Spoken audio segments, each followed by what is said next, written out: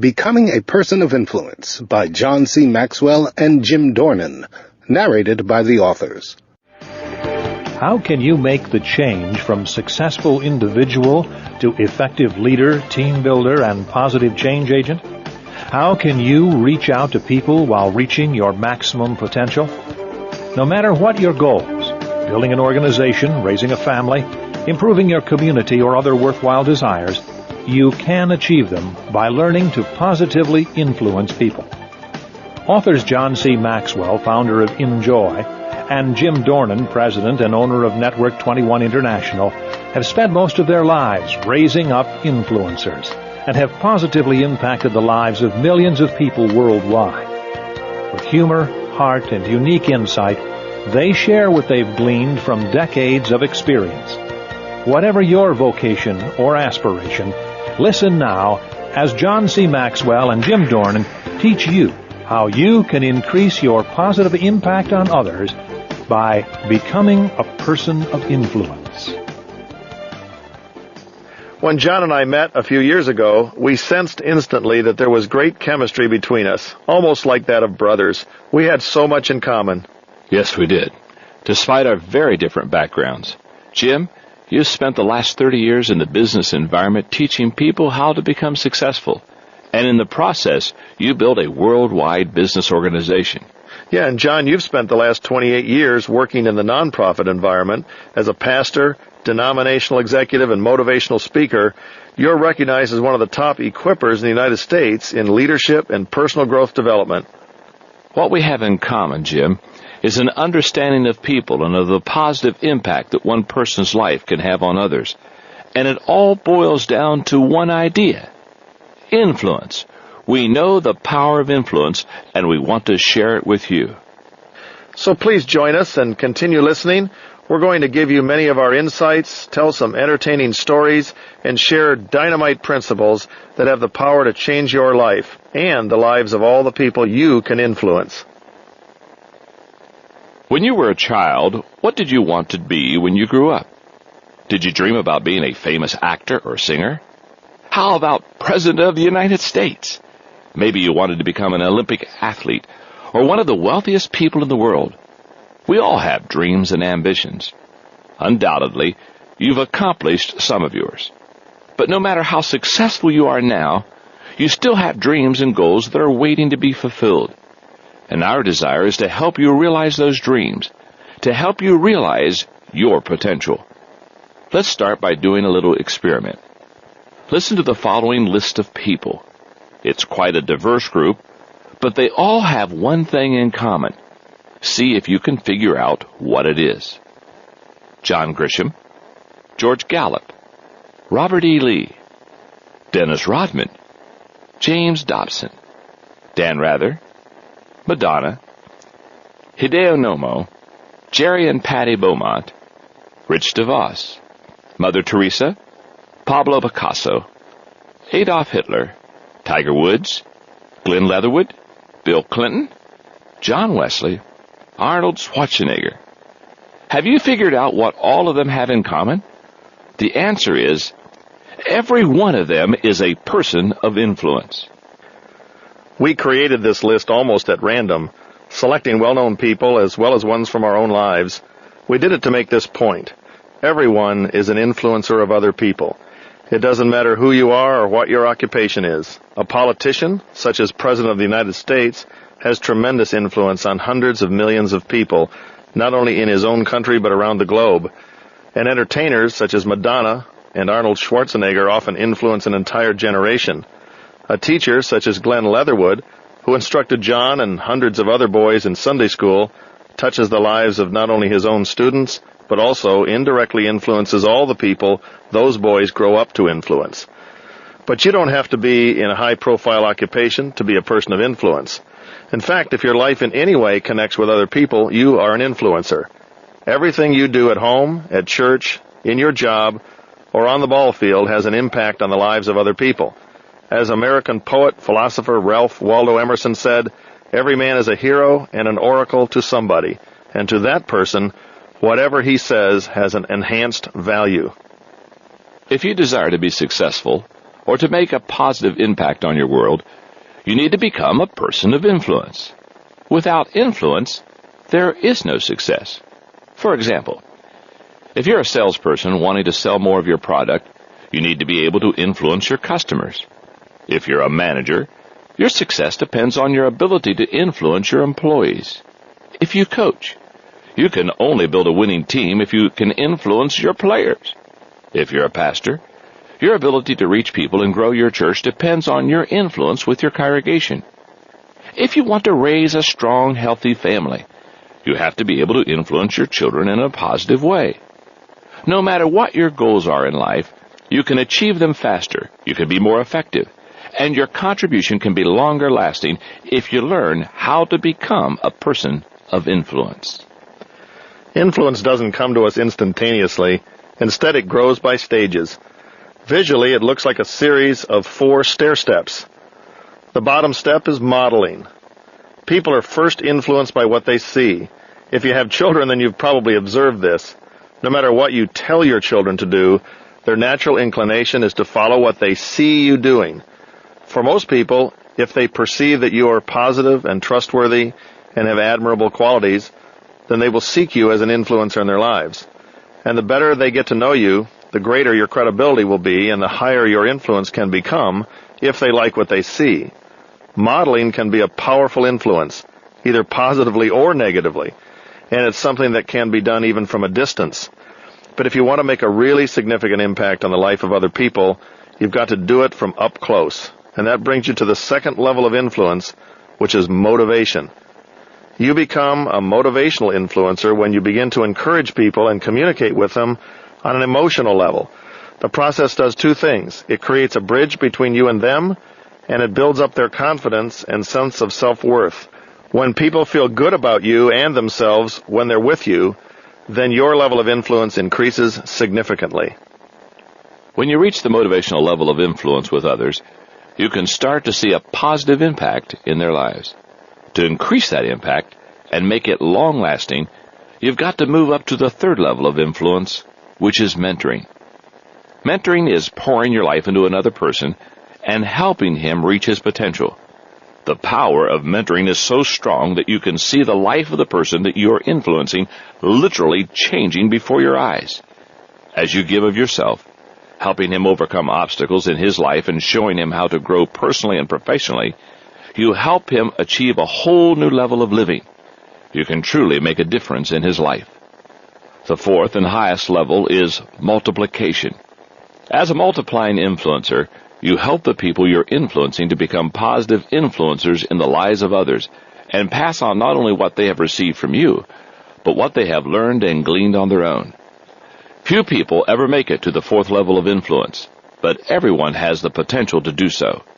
It takes unselfishness, generosity, and commitment. It also takes time. As you move up to the higher levels of influence and become an active influencer, you can begin to have a positive influence on people and add value to their lives. That's true for any positive influencer. The babysitter who reads to a child encourages him to love books and become a lifelong learner. The teacher who puts his faith, confidence, and love in a little girl helps her to feel valued and good about herself. The boss who delegates to her employees and gives them authority as well as responsibility enlarges their horizons and empowers them to become better workers and people. The parents who know how and when to give their children grace help them to stay open and communicative even during their teenage years. All of these people add lasting value to the lives of others. We don't know what kind of influence you have on others today as you listen to this. Your actions may touch the lives of thousands of people, or you may be influencing 2 or 3 coworkers or family members. The number of people is not what's most important. The crucial thing to remember is that your level of influence is not static. Even if you've had a negative effect on others in the past, you can turn that around and make your impact a positive one. And if your level of influence has been relatively low up till now, you can increase it and become a person of influence who helps others. In fact, that's why we're talking with you now. We want to help you become a person of high influence. No matter what stage of life you're in or what you do for a living, you can have an incredibly positive impact on the lives of other people. You can add tremendous value to their lives. Let's talk about who's on the influence list. Everyone could sit down and make a list of people who have added value to their lives. We mentioned that the list at the beginning of this chapter contains the names of some of the people who have influenced us. Some of the names are big. For example, I consider 18th century evangelist John Wesley to be one of the greatest influencers of my life and career. Wesley was a great leader, preacher, and a social critic. During his lifetime, he turned the Christian church in England and America upside down, and his thoughts and teachings continue to influence the way churches function and Christians believe, even today. I consider Wesley to be the greatest person to have lived since the Apostle Paul. Other people whose names are on that list are not well known, but that in no way lessens their level of influence. For example, two people listed are Jerry and Patty Beaumont, a couple who had a profound impact on the lives of Jim and his wife Nancy. Here's their story. Nancy and I first met Jerry and Patty almost 25 years ago when Nancy and Patty were both pregnant.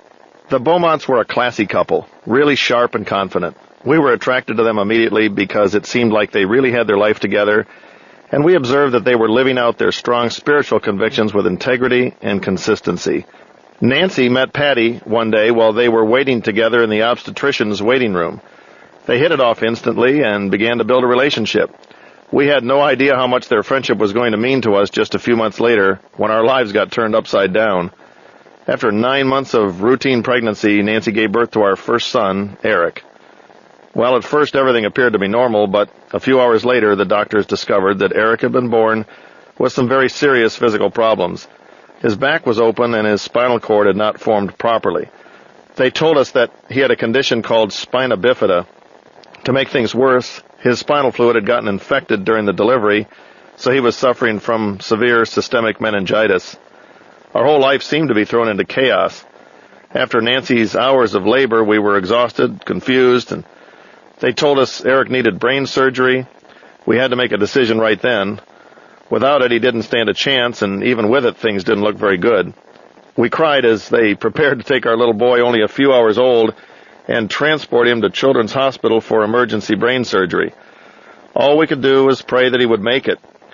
We waited for hours, but the doctors finally came out and told us Eric was going to live. We were shaken when we first saw him after the surgery. We wondered how someone so small could have so many wires attached to him. The opening in his back was now closed, but we could see that they had surgically implanted a shunt tube in his brain to drain off excess spinal fluid and relieve the pressure. The first year of Eric's life was a blur for us as he repeatedly re-entered Children's Hospital. In the first 9 months, he underwent 11 more surgeries. 3 of those operations came in one weekend. Things were happening so fast that we were overwhelmed and we couldn't even comprehend what we might have to face in the future. While we were trying to survive the midnight trips to the hospital and hold up under the pain and fear we had for Eric, guess who came alongside us and helped us survive each day as it came? Jerry and Patty Beaumont. They had come to the hospital that first day of Eric's life and given us comfort and encouragement while he was in the operating room. They brought food for us and sat with Nancy and me in hospital waiting rooms, and all the while they shared their incredible faith with us. Most importantly, they helped us to believe that God had a special plan for Eric and us. You know, Patty told Nancy one day, you and Jim can make Eric's problems the center of everything you do, or you can use them as a launching pad for a whole new way of looking at life. It was then that we turned a corner in our lives. We began looking beyond our circumstances and saw that there was a bigger picture. We realized God had a plan for us as well as Eric, and our faith gave us strength and peace. The Beaumonts had helped us consider and answer some of life's most important questions. From that day on, our entire attitudes changed, and we had great hope. That was over 2 decades ago. Jim and Nancy lost touch with the Beaumonts, though they have since tried to find them. Now Eric has grown up and gets around pretty well in his electric wheelchair, despite having experienced a stroke during one of his surgeries. He's a constant source of joy, inspiration, and humor for the Dornan family. And though their contact with Jerry and Patty Beaumont lasted only about a year, Jim and Nancy recognized the tremendous value they added to them and still consider them to be 2 of the greatest influencers in their lives. Today, Jim and Nancy are themselves people of great influence. Their business has expanded into more than 26 countries around the world, from Eastern Europe to the Pacific, from Brazil and Argentina to mainland China. Through seminars, tapes, and videos, they impact hundreds of thousands of individuals and families each year, and their business continues to grow. But more important to them, they are sharing their strong values and faith with people that they influence. They are doing all they can to add value to the lives of everyone they touch. We don't know exactly what your dream is in life or what kind of legacy you want to leave. But if you want to make an impact, you will have to become a man or woman capable of influencing others. There is no other way to effectively touch people's lives. And if you do become a person of influence, then maybe someday when other people write down the names of those who made a difference in their lives, your name just might be on that list. Chapter 1. A person of influence has integrity with people. A few years ago, while my wife Nancy and I were on a business trip to Europe, we celebrated her birthday in London. As her gift, I decided to take her to the Escada boutique to buy her an outfit or two. She tried on a number of things and liked all of them. And while she was in the dressing room trying to decide which one to pick, I told the salesperson to wrap up the whole lot. Nancy tried to protest. She was embarrassed to buy so many things at one time, but I insisted. We both knew she'd get good use out of the clothes. Besides, she looked fabulous in everything. A couple of days later, we took a long flight out of Heathrow Airport in London to San Francisco International. After we landed, we got in line for the inevitable customs check. When they asked what we had to declare, we told them about the clothes Nancy had bought and the amount we had spent. "What?" the agent said. "You're declaring clothes?" He read the figure that we had written down and said, "You've got to be kidding." It's true that we had spent a little bit of money on them, but we didn't think it was that big a deal. "What are the clothes made of?" he asked. That seemed like an odd question. "A bunch of different things," answered Nancy. "Wool, cotton, silk, everything's different. There are dresses, coats, blouses, shoes, belts, accessories. Why?" "Each kind of fabric has a different duty," he said. "I'll have to get my supervisor. I don't even know what all the different rates are. Nobody declares clothes." He looked frustrated. "Go ahead and pull everything out and sort it out according to what it's made of." It must have taken us a good 45 minutes to sort everything out and tally up how much we'd spent on each type of item. The duty turned out to be quite a bit, a couple of $1,000. As we were putting everything back into our suitcase, the agent said, "You know what? I think I know you. Aren't you Jim Dornan?" "Yeah," I answered. "I'm sorry, have we met before?" I didn't recognize him. "No," he said, "but I've got a friend who's in your organization, Network 21, right?" "That's right," I said. "I've seen your picture before." "You know," the agent said, "my friend's been telling me that I'd really benefit from hooking up with your organization. But I haven't really listened. Now I'm thinking I should reconsider. He might be right after all. See, most people I see every day try to get all kinds of things through customs without paying duty, even stuff they should know better about. But you guys, you're declaring stuff you could have gotten through with no problem. That's sure a lot of money you could have saved." "That may be true," answered Nancy, "but I can spare the money for customs a lot more than I can spare not having a clear conscience." As we stood in line that day, it didn't even occur to Nancy or me that anyone there might know us. If our intention had been to cheat our way through, we never would have suspected that we'd be recognized. We thought we were anonymous. And I think that is what a lot of people think as they cut corners in life. Who will ever know, they say to themselves. But the truth is that other people know. Your spouse, children, friends, business associates all know. And more importantly, even if you cover your tracks really well and they don't know what you're up to, you do. And you don't want to give away or sell your integrity for any price. Jim's experience with a customs agent is just one small example of how people today think when it comes to integrity. Sadly, it no longer appears to be the norm, and when confronted by an example of honest character in action, many people seem shocked. Common decency is no longer common. Genuine integrity is not for sale. You can see character issues coming up in every aspect of life. A few years ago, for example, financier Ivan Boesky openly described greed as a good thing while speaking at UCLA's business school. That kind of flawed thinking soon got him into trouble. When his unethical practices on Wall Street came to light, he was fined $100 million and sent to prison for 3 years. Recently, he was reported to be ruined financially and living on alimony from his former wife. Government hasn't been immune to integrity issues either. The Department of Justice says it is prosecuting public officials as never before, and it recently boasted that it had convicted over 1,100 in 1 year, a dubious record. TV preachers fall morally. Mothers drown their own children. Professional athletes are found in hotel rooms with drugs and prostitutes. The list keeps growing. It seems that many people look at integrity as an outdated idea, something expendable, or no longer applicable to them in our fast-paced world. But the need for integrity today is perhaps as great as it has ever been, and it is absolutely essential for anyone who desires to become a person of influence. Cheryl Beale says, one of the realities of life is that if you can't trust a person at all points, you can't truly trust him or her at any point. That's why it's crucial to maintain integrity by taking care of the little things. Many people misunderstand that. They think they can do whatever they want when it comes to the small things because they believe as long as they don't have any major lapses, they're doing well. Well, that's not the way it works. Webster's New Universal Unabridged Dictionary describes integrity as adherence to moral and ethical principles, soundness of moral character, honesty. Ethical principles are not flexible. A little white lie is still a lie. Theft is theft, whether it's $1, $1,000, or $1 million. Integrity commits itself to character over personal gain, to people over things, to service over power, to principle over convenience, to the long view over the immediate. 19th century clergyman Phillips Brooks said, "Character is made in the small moments of our lives." Anytime you break a moral principle, you create a small crack in the foundation of your integrity. And when times get tough, it becomes harder to act with integrity, not easier. Character isn't created in a crisis, it only comes to light. Everything you have done in the past and the things you have neglected to do come to a head when you're under pressure. Integrity is your best friend.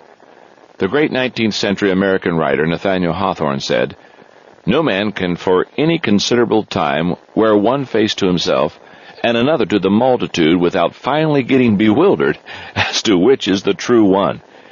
Anytime you compromise your integrity, you do yourself an incredible amount of damage. That's because integrity really is your best friend. It will never betray you or put you in a compromising position.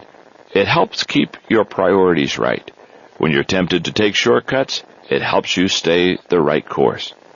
Abraham Lincoln once said, "When I lay down the reins of this administration, I want to have one friend left, and that friend is inside myself." You could almost say that Lincoln's integrity was his best friend while he was in office, because he was criticized so viciously. Here is a description of what he faced as explained by Donald T. Phillips. Abraham Lincoln was slandered, libeled, and hated perhaps more intensely than any man ever to run for the nation's highest office. He was publicly called just about every name imaginable by the press of the day, including a grotesque baboon, a third-rate country lawyer who once split rails and now splits the Union, a coarse, vulgar joker, a dictator, an ape, a buffoon, and other names. The Illinois State Register labeled him the craftiest and most dishonest politician that ever disgraced an office in America. Severe and unjust criticism did not subside after Lincoln took the oath of office, nor did it come only from Southern sympathizers. It came from within the Union itself, from Congress, from some factions within the Republican Party, and initially from within his own cabinet. As president, Lincoln learned that no matter what he did, there were going to be people who would not be pleased. Through it all, Lincoln was a man of principle, and as Thomas Jefferson said, "God grant that men of principle shall be our principal men." Integrity is your friend's best friend. Not only is integrity your best friend, it's one of the best friends that your friends will ever have. When the people around you know that you're a person of integrity, they know that you want to influence them because of the opportunity to add value to their lives. They don't have to worry about your motives. Recently, we saw a cartoon in the New Yorker that showed how difficult it can be to sort out another person's motives. A group of hogs was assembled for a feeding, and a farmer was filling their trough to the brim. One of the pigs turned to the others and said, "Have you ever wondered why he's being so good to us?" A person of integrity influences others because he wants to bring something to the table that will benefit them, not put them on the table to benefit himself. The benefit of integrity is trust. The bottom line when it comes to integrity is that it allows others to trust you. And without trust, you have nothing. Trust is the single most important factor in personal and professional relationships. It is the glue that holds people together, and it is a key to becoming a person of influence. The benefit of trust is influence. When you earn people's trust, then you begin to earn their confidence, and that is one of the keys to influence. As President Dwight D. Eisenhower said, in order to be a leader, a man must have followers, and to have followers, a man must have their confidence. Hence, the supreme quality for a leader is unquestionably integrity. Without it, no real success is possible, no matter whether it is on a section gang or a football field, in the Army, or in an office. If a man's associates find that he lacks forthright integrity, he will fail. His teachings and actions must square with each other. The first great need, therefore, is integrity and high purpose. In the end, you can bend your actions to conform to your principles, or you can bend your principles to conform to your actions. It's a choice you have to make. If you want to become a person of influence, then you'd better choose the path of integrity, because all other roads ultimately lead to ruin. It is almost impossible to overestimate the impact of integrity in the lives of people. You probably remember the Tylenol scare from years ago. Several people were found poisoned to death, and investigators traced the cause back to some contaminated Tylenol capsules. My friend Don Meyer sent me a commentary on the incident a while back. Here's what it said. Some years earlier in their mission statement, they had a line saying that they would operate with honesty and integrity. Several weeks before the Tylenol incident, the president of Johnson & Johnson sent a memo to all presidents of divisions of the company asking if they were abiding by and if they believed in the mission statement. All of the presidents came back with an affirmative answer. Reportedly, within an hour of the Tylenol crisis, the president of the company ordered all capsules off the shelf, knowing that it was a $100 million decision. When reporters asked how he could decide so easily and rapidly on such a major decision, his reply was, "I was practicing what we agreed on in our mission statement." At the bottom of the commentary, Don Meyer wrote this note, "John, it is always easy to do right when you know ahead of time what you stand for." What's true for Johnson & Johnson is true for you and for us. If you know what you stand for and act accordingly, people can trust you. You are a model of the kind of character and consistency that other people admire and want to emulate. And you've laid a good foundation, one that makes it possible for you to become a person of positive influence in their lives. Chapter 2, A Person of Influence Nurtures Other People. Several years ago, Nancy and I decided that we wanted to help our son Eric become a little more independent. In general, he does really well. In fact, he participates in many activities that someone who's not bound by a wheelchair never gets to. But we thought he'd enjoy taking another step in his personal development, so we looked into something we'd heard about called Canine Companions for Independence, an organization that matches specially trained dogs to people with disabilities. Eric loved the idea of getting a dog, and we applied to receive one that would match his needs. For the next several weeks, we waited, and not a day went by that Eric didn't talk about it. Finally, one afternoon, we received a call from CCI telling us that they had a dog for Eric, and the next morning we took off for their center in Oceanside, California. Eric fell in love with Sable immediately. She was an energetic golden retriever who was a little over a year and a half old. The two of them went through boot camp and learned how to work together. Sable could turn lights off and on for Eric, accompany him to the store with money and carry his purchases back for him, and a bunch of other things. As boot camp was coming to a close, one of the trainers sat down with Eric and talked with him.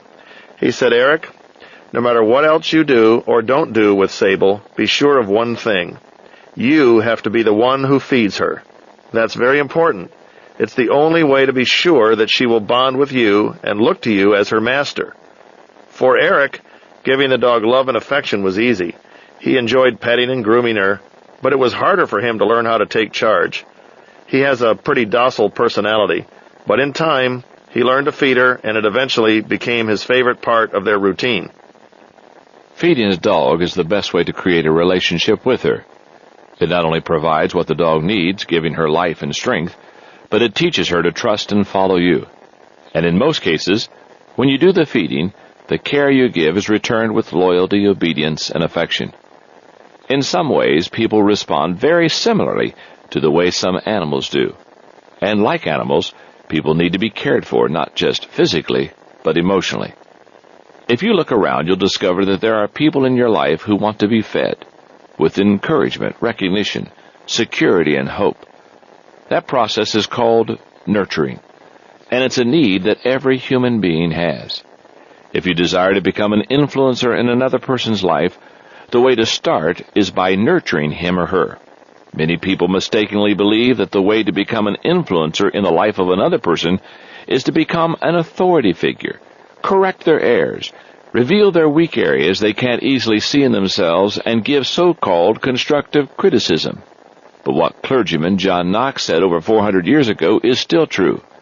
You cannot antagonize and influence at the same time. At the heart of the nurturing process is genuine concern for others. When you hear the word nurture, what do you first think of? If you're like most people, you probably envision a mother cradling a baby. She takes care of her child, protecting it, feeding it, encouraging it, making sure that its needs are met. She doesn't give it attention only when she's got spare time or when it's convenient. She loves it and wants it to thrive. Similarly, as we try to help and influence the people around us, we must also have positive feelings and concerns for them. If you want to help people and make a positive impact on them, you cannot dislike, despise, or disparage them. You must give love to them and give them respect. Or, as human relations expert Les Giblin says, you can't make the other fellow feel important in your presence if you secretly feel that he is a nobody. You may be wondering why you should take on a nurturing role with the people you want to influence, especially if they are employees, colleagues, or friends, not family members. You may be saying to yourself, isn't that something they can get somewhere else, like at home? The unfortunate truth is most people are desperate for encouragement, and even if they have a few people in their lives who build them up, you still need to become a nurturer to them, because people are influenced most by those who make them feel the best about themselves. If you become a major nurturer in the life of another person, then you have an opportunity to make a major impact on them. The key to becoming a nurturer is learning to be other-minded. Instead of thinking of yourself, learn to put others first.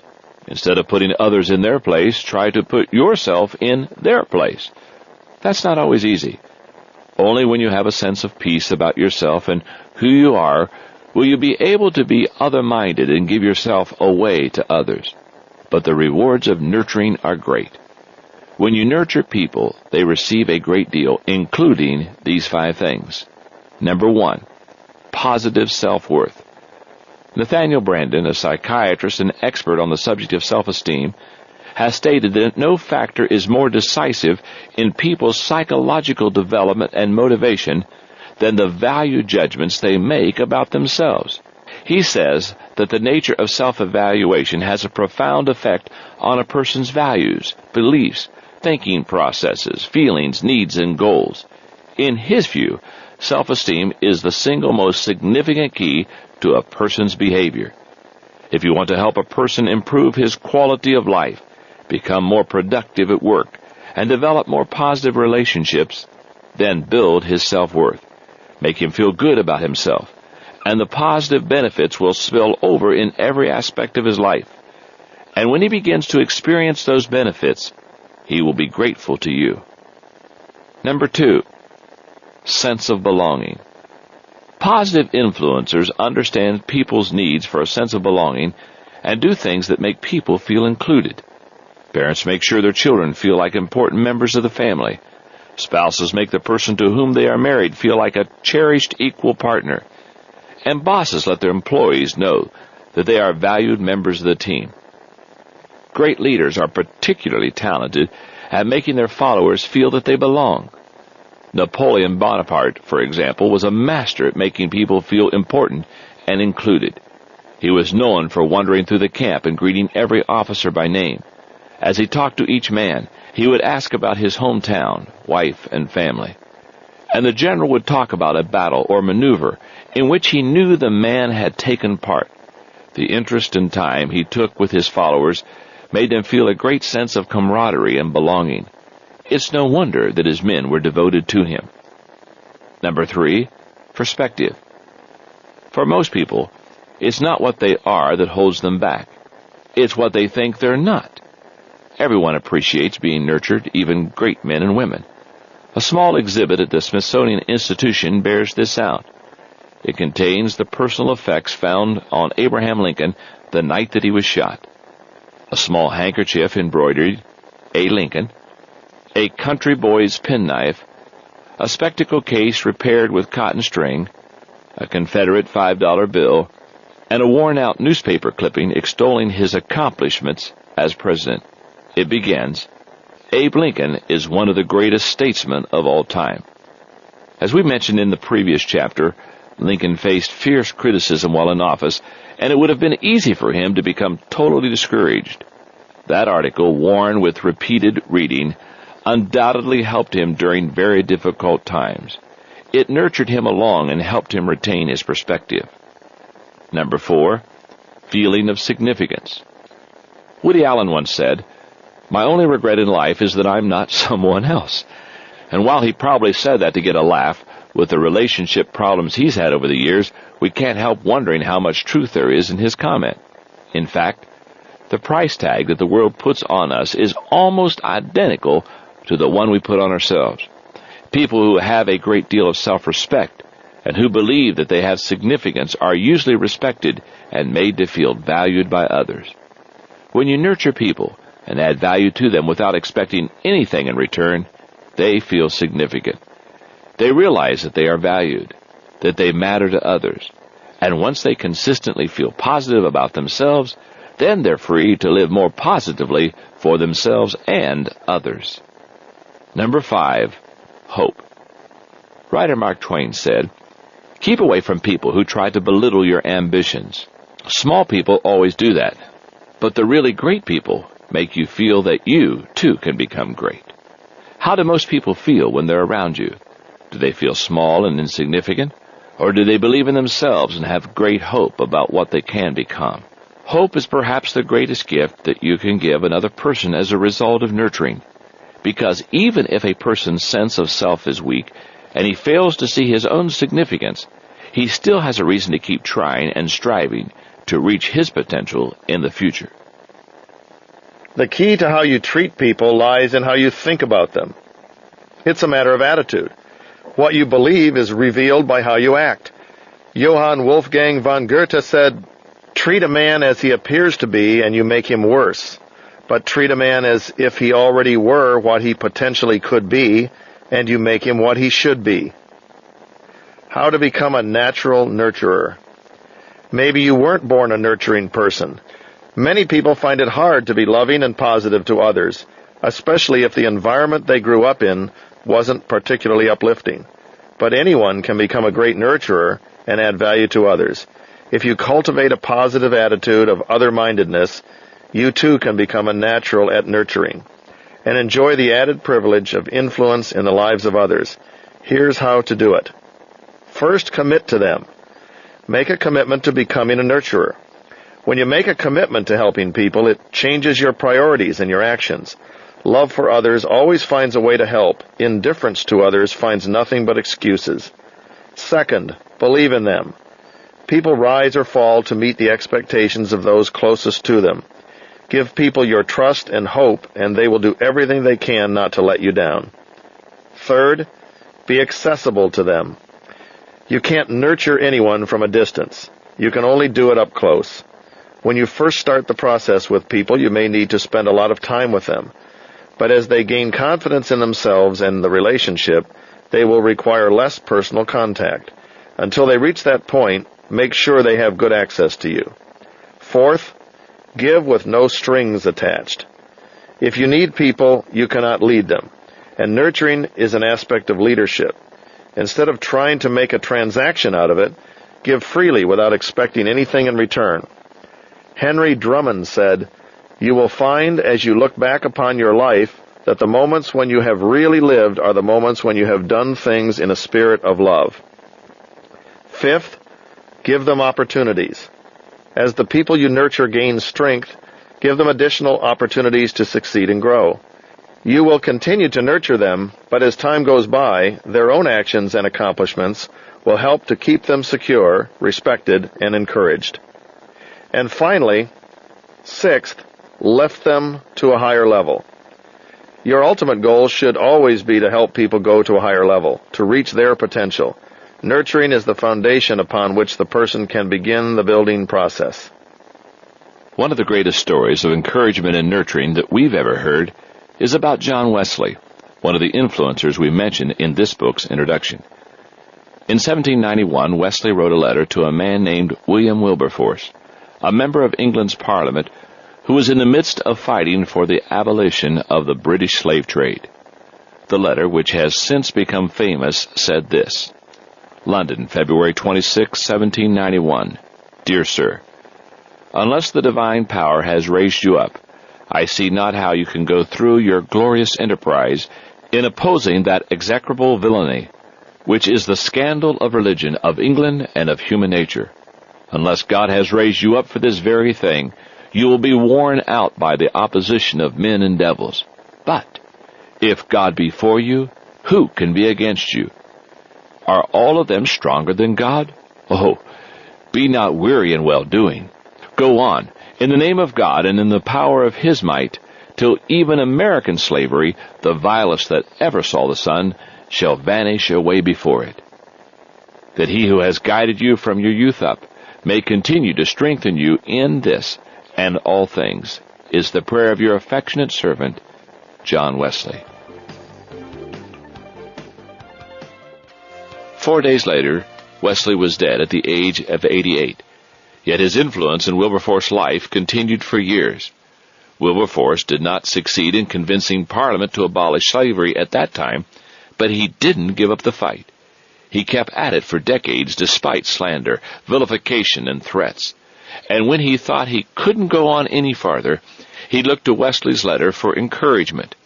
Finally, in 1807, the slave trade was abolished.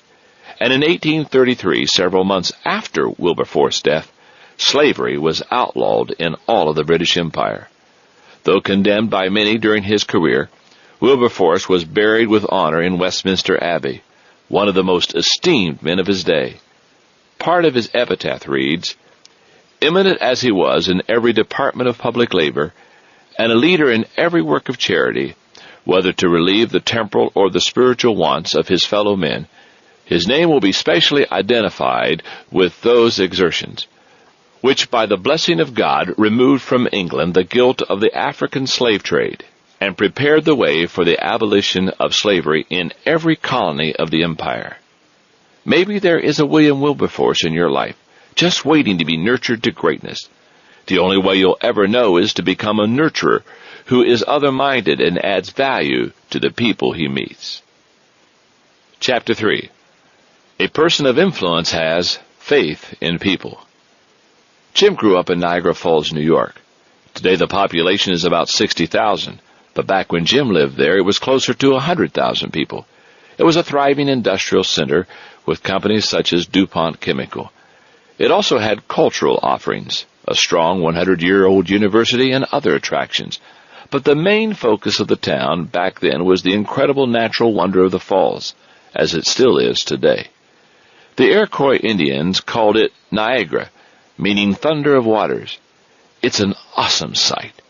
Every minute, more than 12 million cubic feet of water drops a distance of about 180 feet over the edge of the falls, and its total width, including both Canadian and American portions, measures over 3,100 feet.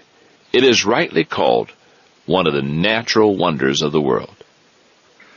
Back when we were growing up, we heard a lot of stories about the falls and the daredevil stunts people used to pull, like Annie Edson Taylor's going over the falls in a barrel and things like that. One of the great legends of the town was a French acrobat named Charles Blondin, who lived from 1824 to 1897. He crossed over the entire width of the falls on a tightrope back in 1859. That must have taken nerves of steel, since a fall certainly would have killed him. In fact, he crossed the falls several times. He did it once with a wheelbarrow, another time blindfolded, and yet another time on stilts. They say he was quite remarkable. He continued performing even into his 70s. One of the most incredible feats he performed was crossing the falls on a tightrope while carrying a man on his back. Can you imagine that? I guess just crossing over by himself wasn't tough enough for him. But as difficult as that feat might have been on Blondin, I can't help wondering how he got someone to go with him. That's what you call trust, to climb onto the back of a man who's going to walk more than half a mile on a rope suspended over one of the most powerful waterfalls in the world. I used to think about that as a kid. What would it be like to see the falls from up on a rope above them? And more importantly, what person would trust me to carry him across the falls the way that man trusted Blondin? We can't tell you the identity of the man Blondin carried across the falls, but there's no question that he had great faith in the French acrobat. After all, he put his life in the man's hands.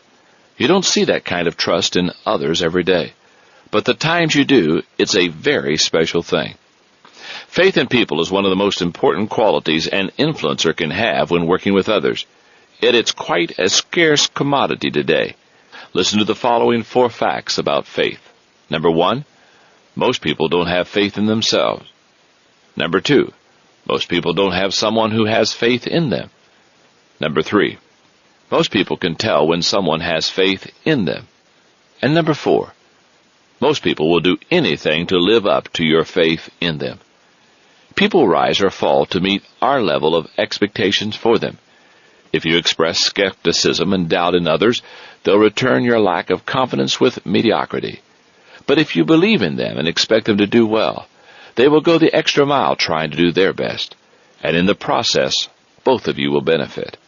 John H. Spaulding expressed the thought this way when he said, "Those who believe in our ability do more than stimulate us. They create for us an atmosphere in which it becomes easier to succeed." If you've never been one to trust people and put faith in them, change your way of thinking and begin believing in others.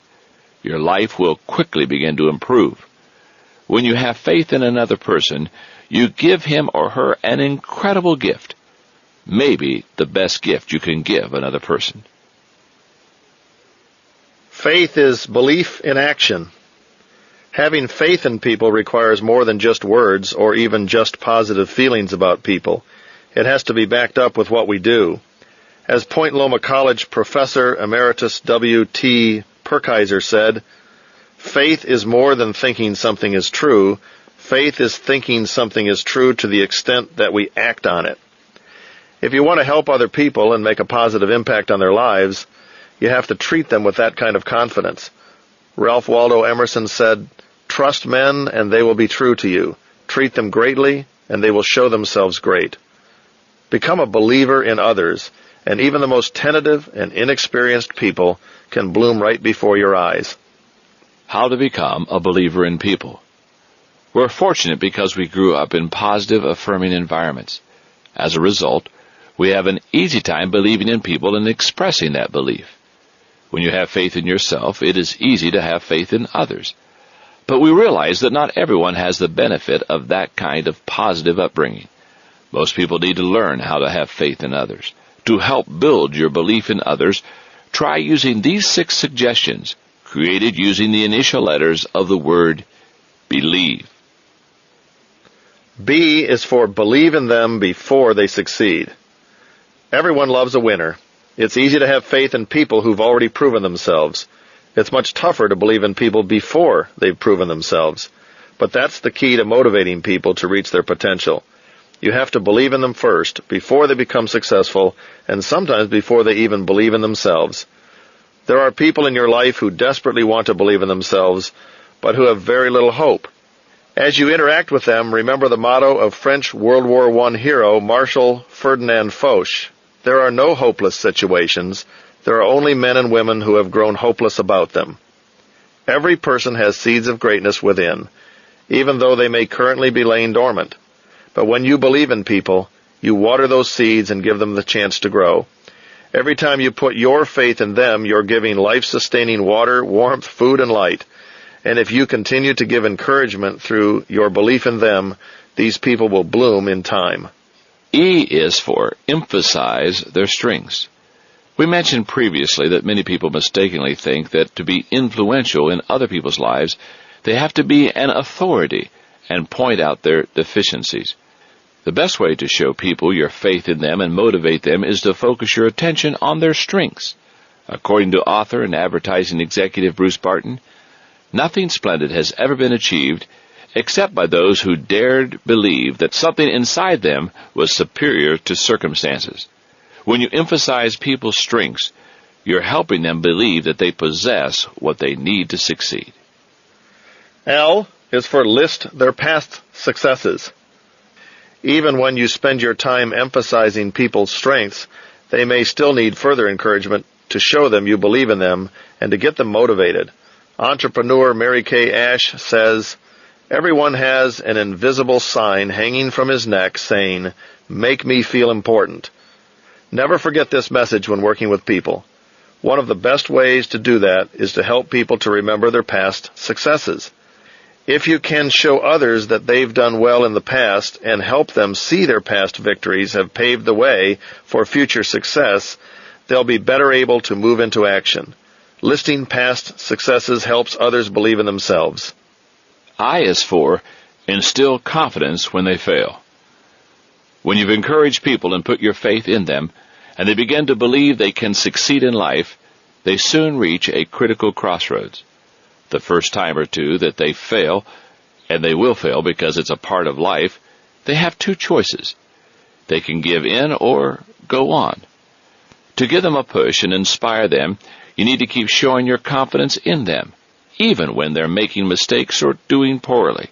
In time, they will learn to think the way baseball legend Babe Ruth did when he said, "Never let the fear of striking out get in the way." E is for experience some wins together. It's not enough just knowing that failure is part of moving forward in life. To really become motivated to succeed, people need to believe they can win. John, like many of us, got a taste for winning when he was just a kid. That's right, Jim. Growing up, I idolized my brother Larry, who is 2.5 years older than I am. After my parents, he was probably the greatest influencer in my life when I was a kid. Larry has always been a leader and an excellent athlete. And whenever we played basketball, football, or baseball with the kids in the neighborhood, Larry was the captain. A lot of times when they picked up teams, I would be one of the last picked because I was younger and smaller than most of the kids. But as I got older, Larry began picking me more and more, and that began to make me feel good, not only because it meant my brother cared about me, but because I knew that when Larry picked me, I was going to be on the winning team. You see, Larry was a fierce competitor, and he didn't like losing. He always played to win, and he usually did. Together, we put quite a few wins under our belts, and I came to expect victory when I played with my brother. Winning is motivating. Novelist David Ambrose said, "If you have the will to win, you have achieved half your success. If you don't, you have achieved half your failure." When you can come alongside others to help them experience some wins with you, it gives them reasons to believe they will succeed, and in the process they begin to sense victory. That's when incredible things begin to happen in their lives. V is for visualize their future success. It's been said that a person can live 40 days without food, 4 days without water, 4 minutes without air, but only 4 seconds without hope. Each time you cast vision for others and paint a picture of their future success, you build them up, motivate them, and give them reasons to keep on going. E is for expect a new level of living. German statesman Konrad Adenauer observed, "We all live under the same sky, but we don't all have the same horizon." As an influencer, your goal is to help others see beyond today and their current circumstances and dream big dreams. When you put your faith in people, you help them expand their horizons and motivate them to move to a whole new level of living. The key to that new way of living is a change in attitude. Dennis Waitley said, "The winner's edge is not in a gifted birth, a high IQ, or in talent. The winner's edge is all in the attitude, not aptitude. Attitude is the criterion for success. As people's attitudes change from doubt to confidence in themselves and their ability to succeed and reach their potential, everything in their lives changes for the better. Jim, I know you and Nancy gained incredible insights about the power of putting faith into others several years ago when you decided to take a chance with your son Eric on a mountain in Utah. That's true. About 5 years ago, Nancy and I got the idea that we should take Eric skiing. She had heard from a friend about a place in Park City, Utah, called the National Ability Center. There they offer people with disabilities instruction and assistance in snow skiing, swimming, tennis, water skiing, horseback riding, rafting, and other activities. She thought the experience would be great for his self-esteem. I have to admit I was skeptical about it from the very beginning. I had trouble imagining Eric racing down a 10,000-foot mountain, knowing how difficult the sport is for me. And that wasn't helped by the knowledge that a blow to his head could cause him to have a seizure or put him in the hospital for more brain surgery. But Nancy had faith that Eric could do it, and when she believes, so does he, and off we went to give it a try. When we got up to Deer Valley and met some of the people who work at the National Ability Center, I started to feel a little bit better about it. They were professional and extremely positive. They showed us the equipment that Eric would be using, a type of biski with a molded seat. Eric would be put in the chair and steer using a bar attached to little outrigger skis. When we started to fill out the paperwork, we were momentarily paralyzed when we read the waiver that said Eric would be, quote, engaging in activities that involve risk of serious injury, including permanent disability and death, unquote. It made the risk seem very real, but by this time Eric was very excited and we didn't want him to see any hesitation from us. After Velcro fastening Eric into his biski and giving him some pointers, Stephanie, his young instructor, took him up the bunny slope. About 10 minutes later, we got excited as we saw Eric coming down the hill with the biggest smile on his face. We were so proud of him that we were giving him high fives and patting him on the back. I thought to myself, well, that wasn't so bad. Then off they went again. What we didn't know was that this time they were going to the top of the mountain.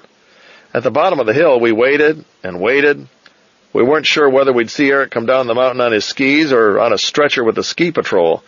Finally, after about 30 minutes, we saw him and Stephanie come around a bend and ski to the bottom of the slope. His cheeks were flushed and he was grinning like a Cheshire cat. He loved it. "Move over, Dad," he said as he blew past us. "I'm going up again." Eric skied every day on that trip. In fact, when he was done skiing one day, he told us, "Stephanie didn't take me up the mountain today." "Oh," said Nancy, "then who skied with you?" "Some one-legged guy," answered Eric. "What?" Nancy said, "What do you mean, some one-legged guy?" "Yep," said Eric, "a one-legged guy." And then Eric smiled mischievously and said, "Want to know how he lost his leg?" Avalanche. Eric's been skiing every year since then, and his life hasn't been the same since. He's now got a confidence he never had before, and he's willing to try just about anything. He swims 3 days a week. He works out with weights, plays power soccer. I guess you could say that he has adopted the motto of the National Ability Center as his own. If I can do this, I can do anything. If they had done things Jim's way, Eric might not have gotten the chance to experience what he did on the mountain in Utah 5 years ago. Jim loves Eric with all of his heart, but he tends to want to play it safe. Putting your faith in others does involve taking a chance, but the rewards so outweigh the risk that there is no comparison. Robert Louis Stevenson said, "To be what we are and to become what we are capable of becoming is the only end in life." When you put your faith in others, you help them reach their potential, and you become an important influencer in their lives. Chapter number 4. A person of influence listens to people. If you're going on a job interview today, what would you say is the most important skill that you would need? Is it writing, to create a knockout resume? Or maybe salesmanship? After all, isn't that what you're there to do on an interview, sell yourself? Or how about charisma? If you're charismatic, you're sure to get the job you want, right? Or let's say that instead of going out on an interview, you are going to spend your day recruiting, whether for business prospects, ministry workers, or people to play on your softball team. What kind of skill would you need as a recruiter? Discernment? An eye for talent? the ability to cast vision and get people excited. Or maybe it would be hard-nosed negotiation skills. Better yet, let's say your job today was to supply new ideas for your organization. What qualities would you need? Creativity? Intelligence? Would you need a good education? What is the number one ability you would need? No matter which one of these three tasks you were to take on today, there is one skill that you would need over all the others, more than talent, discernment, or charm. It is the one skill that all great leaders recognize as indispensable to their ability to influence others and succeed. Have you guessed what it is? It's the ability to listen. When President Lyndon B. Johnson was a junior senator from Texas, he kept a sign on his office wall that read, "You ain't learning nothing when you're doing all the talking." And Woodrow Wilson, the 28th American president, once said, "The ear of the leader must ring with the voices of the people." The ability to skillfully listen is one of the keys to gaining influence with others. It shows respect, builds relationships, increases knowledge, generates ideas, and builds loyalty. It also is a great way to help others while helping yourself.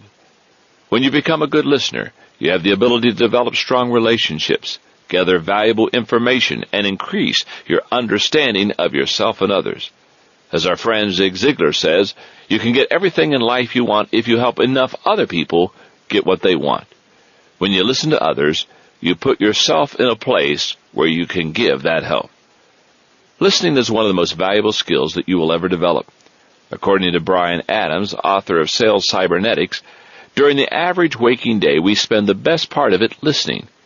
He offers the following statistics. 9% of the day is spent writing. 16% of the day is spent reading. 30% of the day is spent speaking. 45% of the day is spent listening. In order to become a good listener, you have to want to hear. But you also need some skills to help you with that process. Here are 9 suggestions to help you become a better listener. Number 1, look at the speaker. The whole listening process begins with giving the other person your undivided attention. As you interact with others, don't catch up on other work, shuffle papers, do the dishes, or watch television.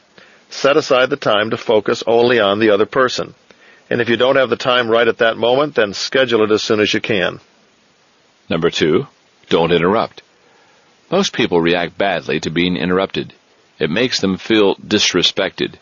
And according to Robert L. Montgomery, author of Listening Made Easy, it's just as rude to step on people's ideas as it is to step on their toes. If you are in the habit of interrupting other people, examine your motives and determine to make a change. Give people the time they need to express themselves. And don't feel that one of you has to be speaking all the time. Periods of silence can be good. They give you a chance to reflect on what's been said so that you can respond appropriately. Number 3, focus on understanding.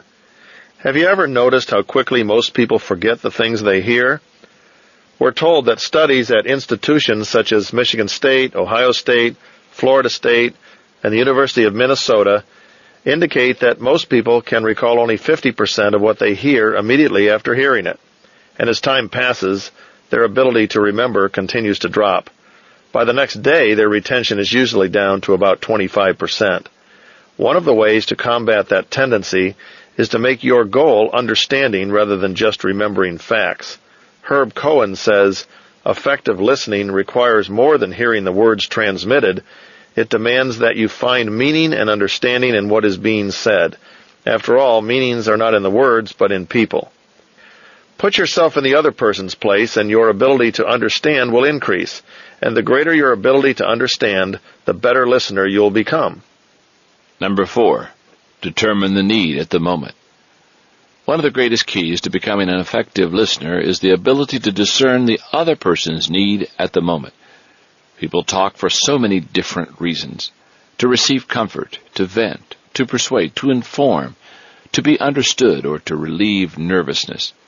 Often people talk to you for reasons that don't match your expectations. For example, a lot of men and women find themselves in conflict because they occasionally communicate at crossed purposes. They neglect to determine the need of the other person at the moment of interaction. Men usually want to fix any problem that they discuss. Their need is resolution. Women, on the other hand, are more likely to tell about a problem they have simply to share it. Solutions are often neither requested nor desired. Anytime you can determine the current need of the people you're communicating with, you can put whatever they say into the appropriate context, and you will be better able to understand them. Number 5, check your emotions. Just about everyone carries around some emotional baggage that causes them to react to certain people or situations. Any time that you find yourself becoming highly emotional when listening to another person, then check your emotions, especially if your reaction seems to be stronger than the situation warrants. You don't want to make some unsuspecting person the recipient of your venting. Besides, even if your reactions are not due to some event from your past, you should always allow others to finish explaining their points of view, ideas, or convictions before offering your own. Number 6, suspend your judgment. Have you ever begun listening to another person tell a story and started to respond to it before he or she was finished? Just about everyone has. But the truth is, you can't jump to conclusions and be a good listener at the same time. As you talk to others, wait to hear the whole story before you respond. If you don't, you may miss the most important thing they intend to say. Number 7, sum up at major intervals. John H. Melshinger suggests, comment on what you hear and individualize your comments. For example, you can say, Cheryl, that's obviously very important to you. It will help keep you on track as a listener. Get beyond, that's interesting. If you train yourself to comment meaningfully, the speaker will know that you're listening and may offer further information. One of the best techniques for active listening is to sum up what the other person says at major intervals. As the speaker finishes one subject, paraphrase his or her main points or ideas before going on to the next one, and verify that you've gotten the right message. It reassures that person and helps you to stay focused on what he or she is trying to communicate. Number 8, ask questions for clarity. Have you ever noticed that top reporters are excellent listeners? Take someone like Barbara Walters, for example. She practices great listening skills. She looks at the speaker, focuses on understanding, suspends judgment, and sums up what the person has to say. People trust her and seem to be willing to tell her just about anything. But she also practices another skill that helps her to gather more information and increase her understanding of the person she's interviewing. She asks good questions. If you want to become an effective listener, become a good reporter, not a stick the microphone in your face and bark questions at your kind of reporter, but someone who gently asks follow-up questions and seeks clarification. If you show people how much you care and ask in a non-threatening way, you'll be amazed by how much they'll tell you. Finally, number 9, always make listening your priority. The last thing to remember when developing your listening skills is to make listening a priority, no matter how busy you become or how far you rise in your organization. A great example of a busy executive who made time for listening is the late Sam Walton, founder of Walmart and one of the richest men in America. He believed in listening to what people had to say, especially his employees. He once flew his plane to Mount Pleasant, Texas, landed, and gave instructions to his co-pilot to meet him about 100 miles down the road. He then rode in a Walmart truck the rest of the way, just so that he could chat with the driver. We should all give listening that kind of priority. The ability to listen is something many people take for granted today. Most people consider listening to be easy, and they see themselves as pretty good listeners. But while it's true that most people are able to hear, fewer are capable of really listening. In our careers, we have done a lot of speaking. Between the two of us, we speak to several 100,000 people every year. And Jim's wife, Nancy, does a lot of speaking, too. And believe me, she's a great talker. But she's also a wonderful listener. And sometimes when she speaks, she talks about communication and the importance of listening. Not long ago, she did a talk about listening, which emphasized giving other people the benefit of doubt and trying to see things from their point of view. In the audience that day was a man named Rodney. Though he was happily married and had a young son, he had been previously married and had 2 daughters with his first wife, and he was having a lot of problems with her. She was constantly calling him and asking for more money for herself and the 2 girls. They argued continually, and she was driving him nuts, so much that he had already hired an attorney and was preparing to sue her. But when Rodney heard Nancy speak about listening that day, he realized how insensitive he had been to his ex-wife, Charlotte. A couple of days later, he called her and asked if they could meet. She was, of course, suspicious of Rodney, and even asked her attorney to call him to find out what he was up to. But eventually Rodney convinced them that he just wanted to talk, and finally Charlotte agreed to see him. They met at a coffee shop, and Rodney said, "Charlotte, I want to listen to you. Tell me what your life is like. I do care about you and the kids." "I didn't think you cared about the girls at all," she said, and she began to cry. "I do," he said. "I'm sorry. I've only been thinking of myself, and I haven't been thinking of you. Please forgive me." "Why are you doing this?" she asked. "Because I want to make things right," he answered. "I've been angry for so long that I couldn't see straight. Now tell me how things are going for you and the girls." For a while, all Charlotte could do was sob. But then she started telling him about her struggles as a single parent, and how she was doing her best to bring up the girls, but that it didn't seem like enough. They talked for hours, and as they did, the beginning of a new foundation of mutual respect began to form. In time, they believe that they will be able to become friends again. Rodney is probably not alone. You may also have people in your life that you would like to make some changes with. Who haven't you been listening to lately? And what are you going to do about it? It's never too late to become a good listener. It can change your life and the lives of the people in your life. Chapter number 5. A person of influence understands people. The other night over dinner, the two of us got to talking, and we started to explore some questions. How does a person build an organization? What does it take? What is the key to becoming successful? For example, what did it take for a person like Jim to build a business organization that's active in 26 countries and impacts the lives of hundreds of thousands of people? And for John, what did it take to triple the size of his church, making it the largest in its denomination, and in the process increase its budget from around $800,000 to over $5 million, and raise active involvement by volunteers from just 112 to over 1,800 people? We found that it doesn't matter whether your business is creating computer software, building a church, running a business, serving food in a restaurant, building houses, or designing airplanes. The key to success is understanding people. That's right. John and I are very different. I didn't grow up with an orientation toward people as he did. He took Dale Carnegie courses while he was still in high school and went off to college knowing he would be in a people job.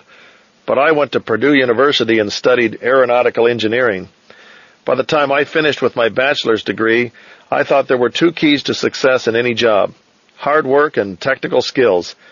It never even occurred to me that people skills had any value.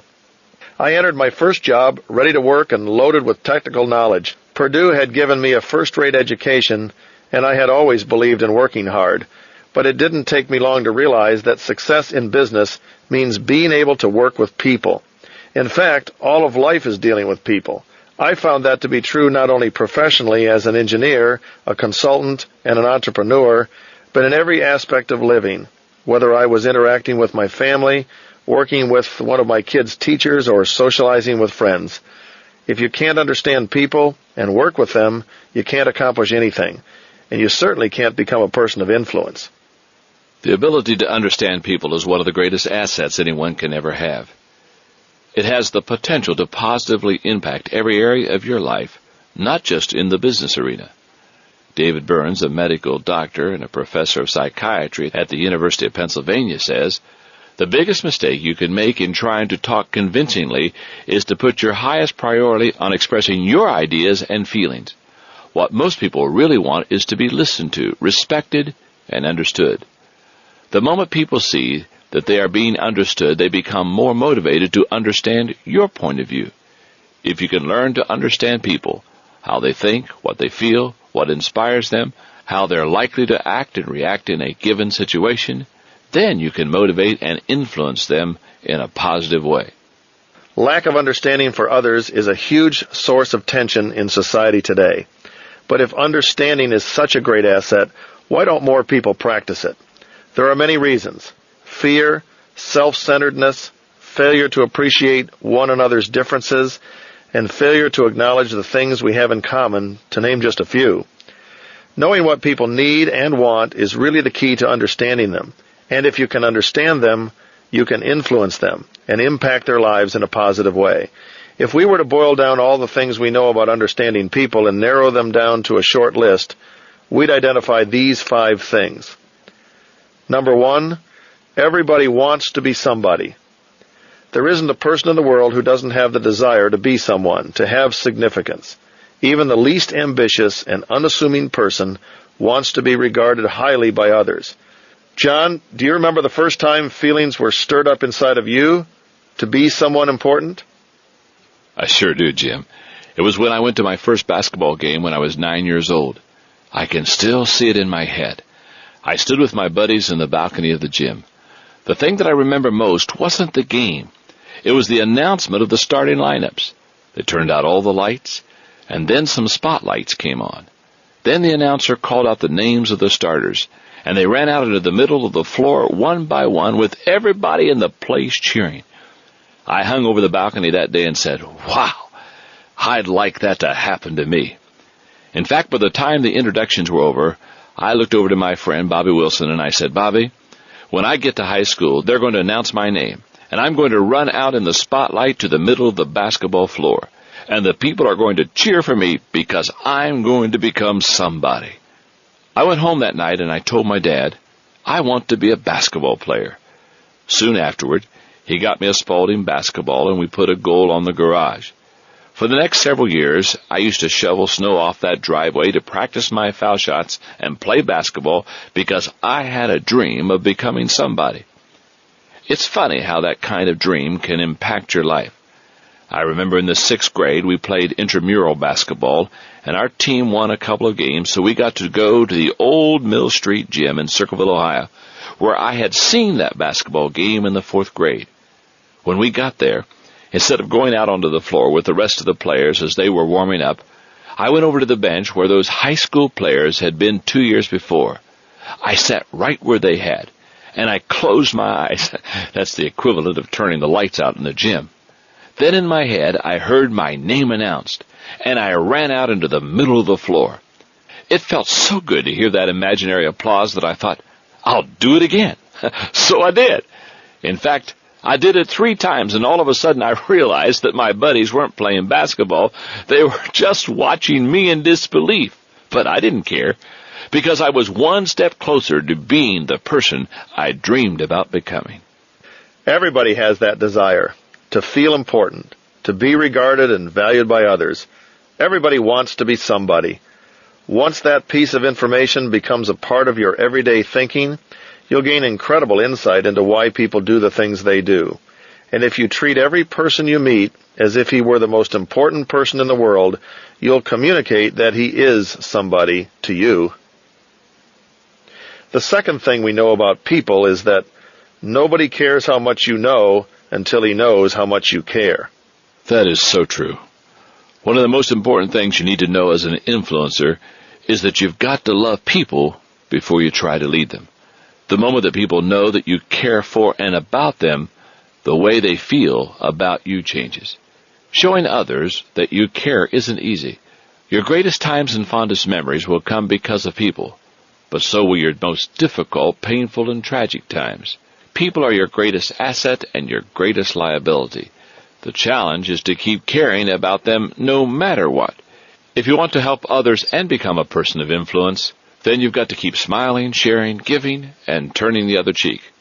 That's the right way to treat people. Besides, you never know which people in your sphere of influence are going to rise up and make a difference in your life and the lives of others.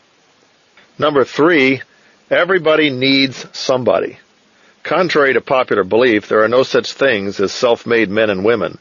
Everybody needs friendship, encouragement, and help. What people can accomplish by themselves is almost nothing compared to the potential they have when working with others. And doing things with other people tends to bring contentment. Besides, Lone Rangers are rarely happy people. As King Solomon of ancient Israel said, 2 are better than 1 because they have a good return for their work. If one falls down, his friend can pick him up. But pity the man who falls and has no one to help him up. Also, if 2 lie down together, they will keep warm. But how can 1 keep warm alone? Though 1 may be overpowered, 2 can defend themselves. A cord of 3 strands is not quickly broken. Everybody needs somebody to come alongside them and help them. If you understand that, are willing to give to others and help them, and maintain the right motives, it can change their lives and yours. Number 4, everybody can be somebody when somebody understands and believes in him. It doesn't take much effort to help other people feel important. Little things done deliberately at the right time can make a big difference. That's true, Jim. As you know, for 14 years, I was privileged to pastor a very large congregation at Skyline Church in the San Diego area, where we did a Christmas program every year. We used to do 28 performances, and altogether about 30,000 people saw it each year.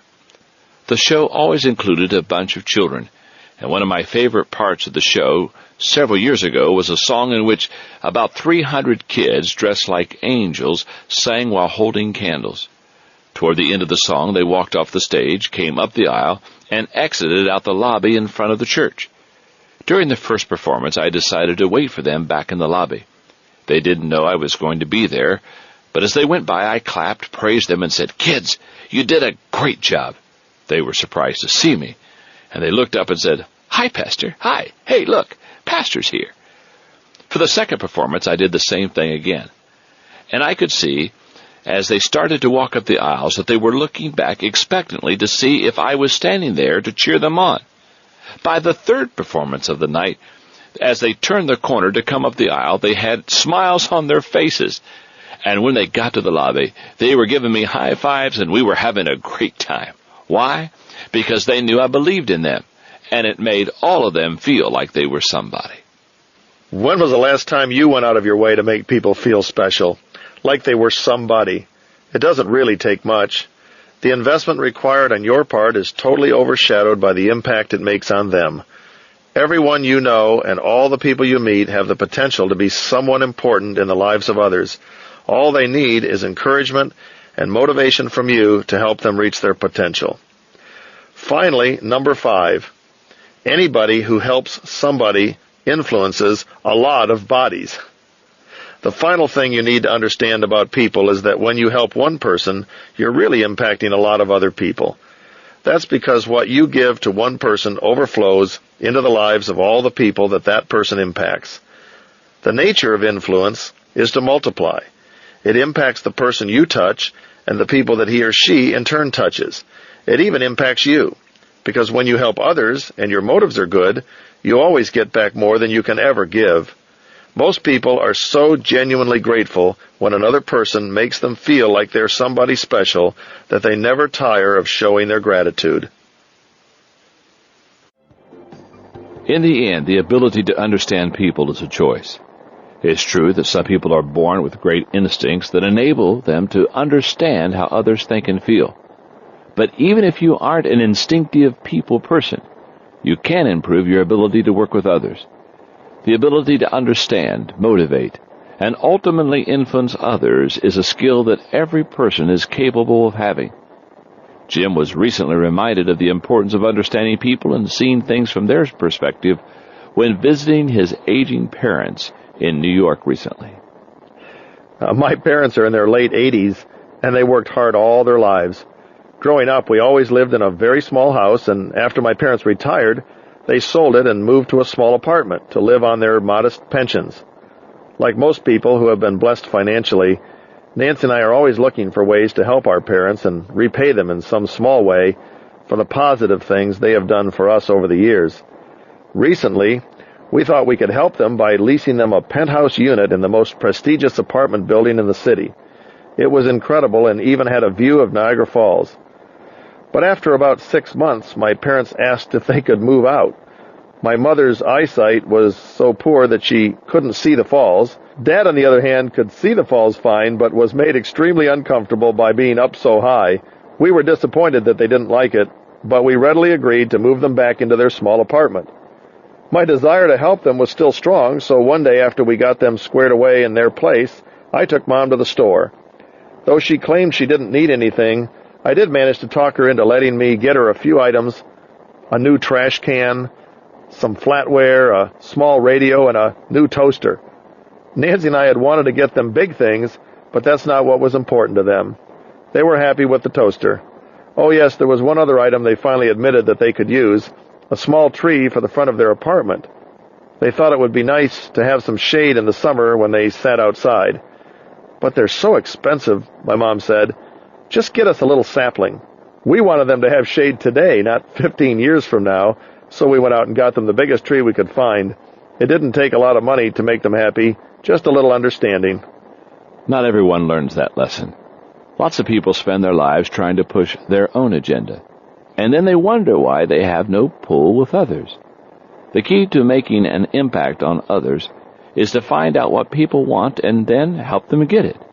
That's what motivates them, and that's what makes it possible for you to become a person of influence in their lives. Chapter 6. A person of influence enlarges people. Over the years, my wife Nancy and I have learned a lot from our son Eric. He's been through more than 30 individual brain operations, but that's never stopped him from being mentally sharp and full of optimism. And his great sense of humor keeps us all entertained. During one of his many surgeries, Eric experienced an intraoperative stroke. The resulting loss of muscle balance has limited the use of his right hand and given him severe curvature of the spine. After a couple of years, that required another surgery in which the doctors performed spinal fusion and implanted steel rods from the base of his neck all the way down to his pelvis. He spent 3 months in a full body cast during his recovery, and as a result, many of his previous abilities were reduced dramatically. But Eric came through it all with characteristically positive spirits. After Eric's spinal surgery, Nancy could no longer handle him alone, so we decided it was time to employ a full-time home attendant to lift him and help with his daily life and assist him with his ongoing rehabilitation. We knew the type of person we wanted to hire, but we had no idea where or how to locate him. One day, while Nancy was talking to one of our medical contacts, she heard about a person named Fernando. He sounded great. He's the perfect person, our friend said, but you'll never get him. Nancy's response was, just give us his number and let us worry about whether or not we can get him. A few weeks later, we hired Fernando, and he's been wonderful. Fernando had been a life skills trainer for Sharp Hospital, and though he was only 5 years older than Eric, he had already been a manager of a group home for abused kids and had worked in a field of rehabilitation for 7 years. He and Eric bonded immediately. Fernando provided the perfect combination of professional skills and companionship. It's difficult to describe what a wonderful gift God has provided to Eric and our family in the person of Fernando. He sees his mission as that of enlarging Eric, to keep him growing toward his full potential. Fernando constantly learns new information and techniques in his field, and he seeks ways to expose Eric to new experiences and to challenge him to grow. As a result, Eric's life hasn't been the same. In the time that the two of them have been doing things together, Eric has done a lot more than go skiing every year. He's learned to jet ski. I never could have visualized Eric going 40 miles an hour over the water, but Fernando believed Eric could do it, and so he did it.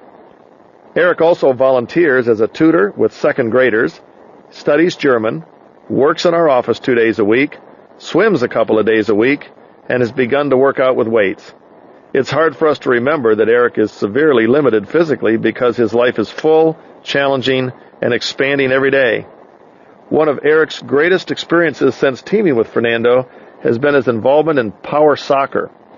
It's a new sport played by people in power wheelchairs. They meet in gymnasiums where they compete as teams and score goals using a large ball. Eric loves it and usually prefers to play goalie. Not long ago, Fernando took Eric to Vancouver, Canada, to compete in a power soccer tournament. It was quite an experience for Eric. They flew together, rented a car, got their hotel room, and got around town, just the two of them. Eric loved it, especially competing in the 5-day tournament, where he scored 2 goals. And best of all, his team won the gold medal. We had never seen Eric so excited as he was when he returned from the tournament. He wore his gold medal home on the plane, and I don't think he touched the ground for days. Since then, his confidence has been so strong that he's willing to tackle just about any kind of challenge. And for that, Fernando deserves most of the credit. Without his belief in Eric and his desire to expand his world, none of this would have ever happened. To become a person of influence and to make a positive impact on people, you have to come alongside them and really get involved in their lives. That's what Fernando did and continues to do with Jim's son, Eric. And that's what you need to do with people of whom you want to make a difference. Modeling a life of integrity is an important first step in becoming an influencer because it creates a strong foundation with others. And the next natural step is motivating people. As you nurture people, show your faith in them, listen to their hopes and fears, and demonstrate your understanding of them, you build a strong relational connection and give them an incentive to succeed and to be influenced by you. But if you want people to be able to really grow, improve, and succeed, you have to take the next step with them. You have to mentor and enlarge them. Enlarging others is an investment. Author Alan Loy McGinnis said, "There is no more noble occupation in the world than to assist another human being, to help someone succeed." Helping others enlarge themselves is one of the most incredible things you can ever do for another person. As John says in his book, The Success Journey, growing to reach your potential is one of the 3 components to being successful, along with knowing your purpose and sowing seeds that benefit others. When you enlarge others, you do a number of things. You raise their level of living, you increase their potential for success, and you increase their capacity for growth. And in the process, you also increase the potential of your organization. Make yourself an enlarger. For many people, just because they want to enlarge others doesn't necessarily mean they are ready for the task. They usually need to do some work on themselves first. As in most instances in life, if you want to do more for others, you have to become more yourself. That's never more valid than in the area of mentoring. You can teach what you know, but you can reproduce only what you are. Just as no one will follow a person whose leadership skills are weaker than their own, no person will learn to grow from someone who isn't growing himself. Not only must you be on a higher level in your personal growth, you must be continuing to grow on an ongoing basis. You can probably remember how little you respected one of your high school teachers or college professors who had obviously stopped learning and growing decades earlier, possibly the day he received his degree. Albert Schweitzer said, "The great secret of success is to go through life as a man who never gets used up." When you make it a goal to continually learn and enlarge yourself, you become the kind of person who can never be used up. You're always recharging your batteries and finding better ways to get things done. To determine whether you are still growing, ask yourself what you're still looking forward to. If you can't think of anything or you're looking back instead of ahead, your growth may be at a standstill. Make it a priority to take them through the enlarging process. Enlarging others can be rewarding and fun, but it also takes time, money, and a lot of work. That's why you've got to commit yourself to the process and make it one of your top priorities. My friend Ed Cole says, "There is a price to pay to grow. Commitment is the price." Once you've made the commitment, you're ready to go. To maximize the enlarging process, follow these 9 guidelines. Number 1, see their potential. Unrealized potential is a great waste.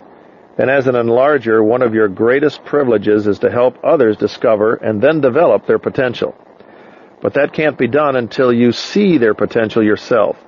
Olympic gold medal swimmer Jeffrey Gabarino says, "The real contest is always between what you've done and what you're capable of doing."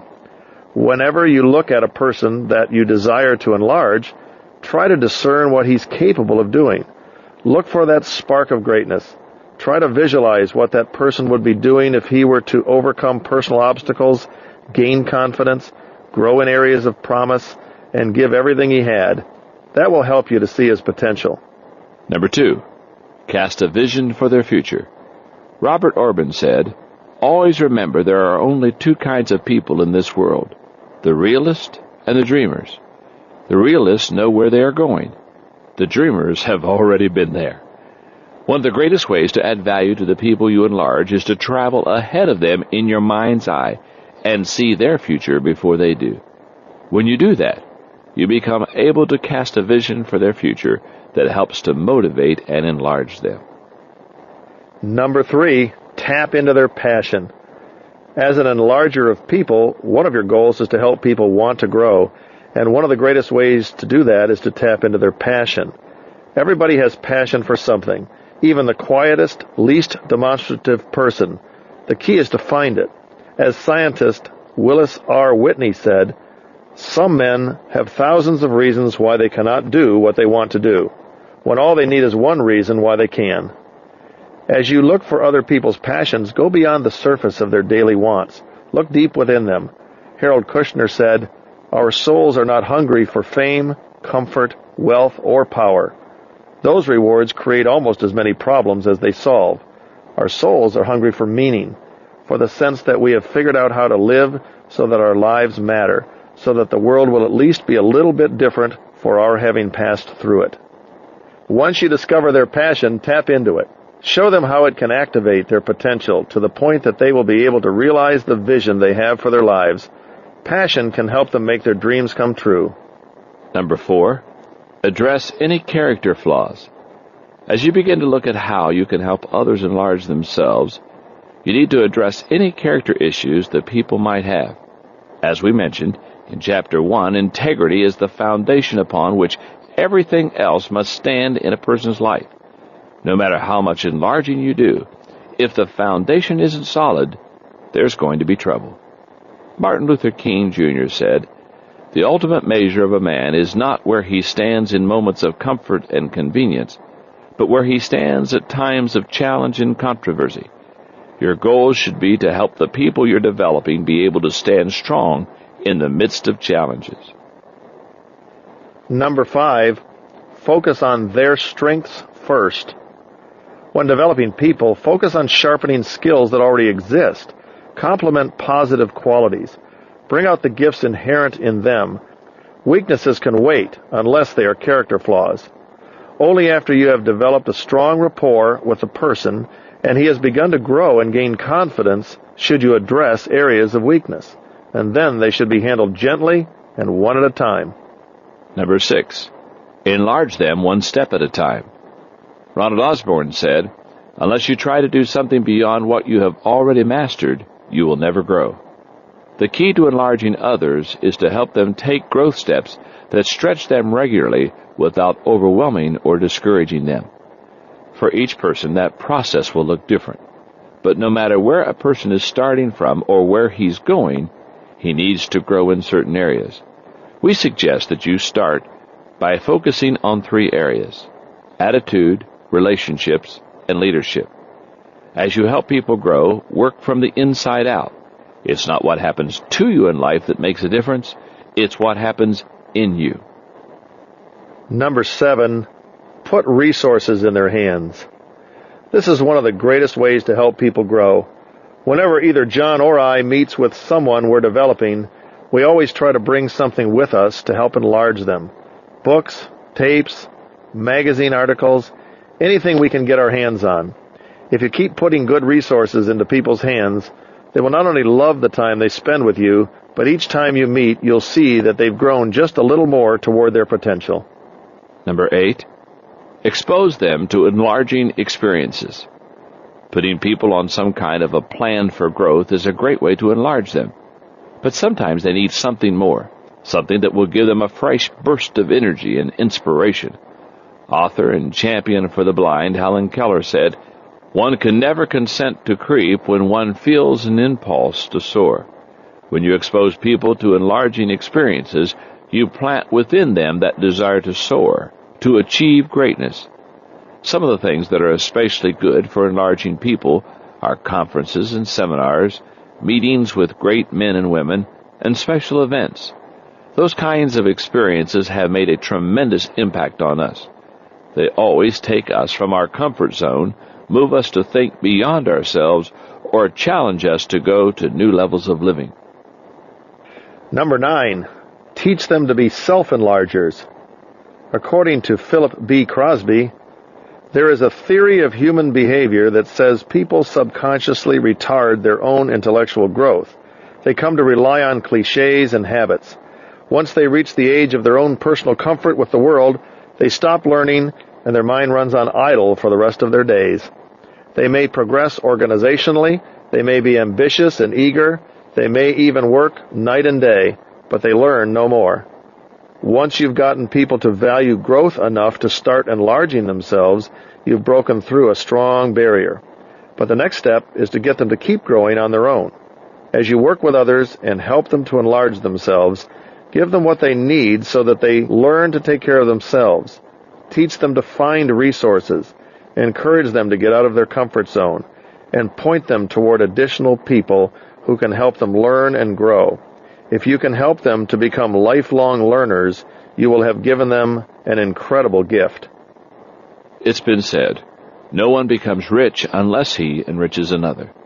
When you enrich others by helping them grow and enlarge themselves, you not only bring joy to them and yourself, but you also increase your influence and their ability to touch others' lives. At the beginning of this chapter, Jim told you about how Fernando has enriched the life of his and Nancy's son Eric. But there's even more to the story than that. Now, since Eric played in that power soccer tournament, he's really changed. He's become more assertive, and he's pursuing his goals with more enthusiasm. For example, Eric has now decided that he wants to try to play tennis, so Fernando started working with him to get him ready. As I mentioned earlier, Eric's begun weight training, but he's also taken another step to help make tennis possible, a step that at first scared Nancy and me. Since his stroke, Eric's right hand is extremely limited in what it can do, so he really only has full use of his left hand. But to play tennis, he would have to use his good left hand to hold the racket. What was Fernando's solution? He waited until Nancy and I were out of town and switched Eric's wheelchair controls over to his bad hand. We didn't think it was possible, but it was. Eric now drives right-handed, and as soon as he's ready, he's going to take up tennis. Fernando's mentoring and coaching of Eric have been fantastic. It's even enlarged us. We always wanted the best for Eric, but we discovered that we were overly protective. The whole process has broadened our horizons. And of course, it's incredible to see Eric grow and change as he has. But he, Nancy, and I are not alone in that. Even the enlarger has become enlarged. Fernando is also changing and growing too. He's always been the consummate professional, but we're now seeing a softer, more loving side that was previously hidden.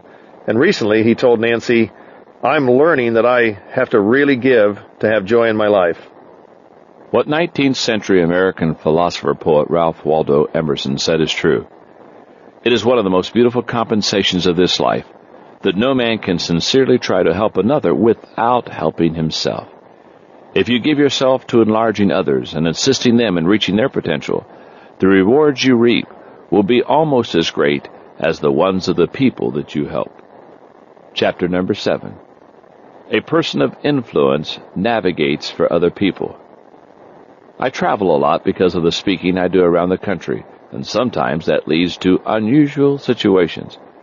I remember one particular evening when I was in the airport in Charlotte, North Carolina, getting ready to fly to Indianapolis, Indiana.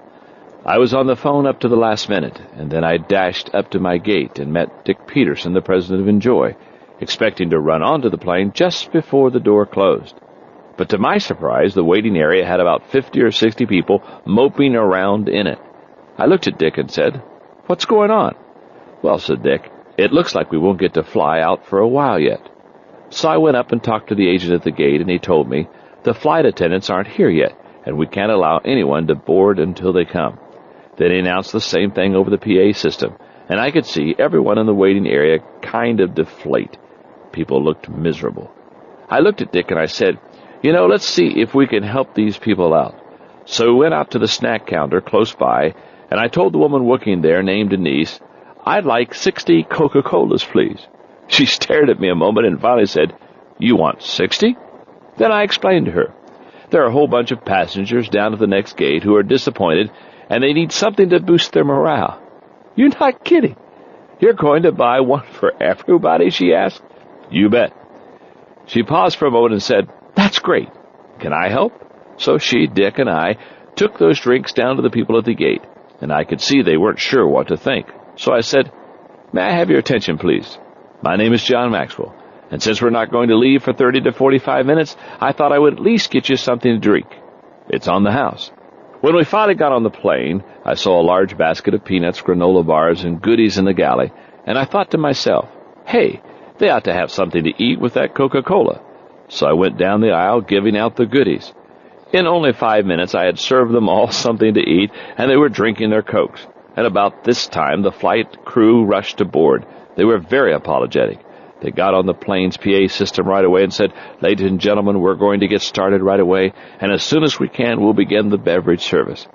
Well, they could hear a lot of laughter and chattering in the cabin, and one of the flight attendants said to the other, "What's going on here?" "Hi, my name's John," I said. "They're not too worried about your service right now. I've already given everybody something to drink and some snacks to eat. In fact, would it be all right if I talked to everybody for a moment?" They laughed and said, "Sure, why not?" As we taxied out to the runway, they let me talk. "Hi, folks," I said.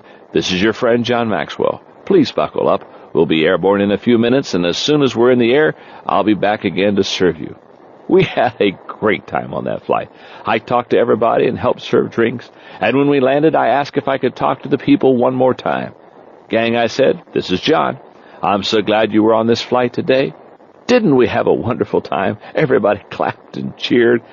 "Now, when we get off, I'm going to go down to the baggage claim area. If any of you have any problems, please see me, and we'll immediately take care of the situation."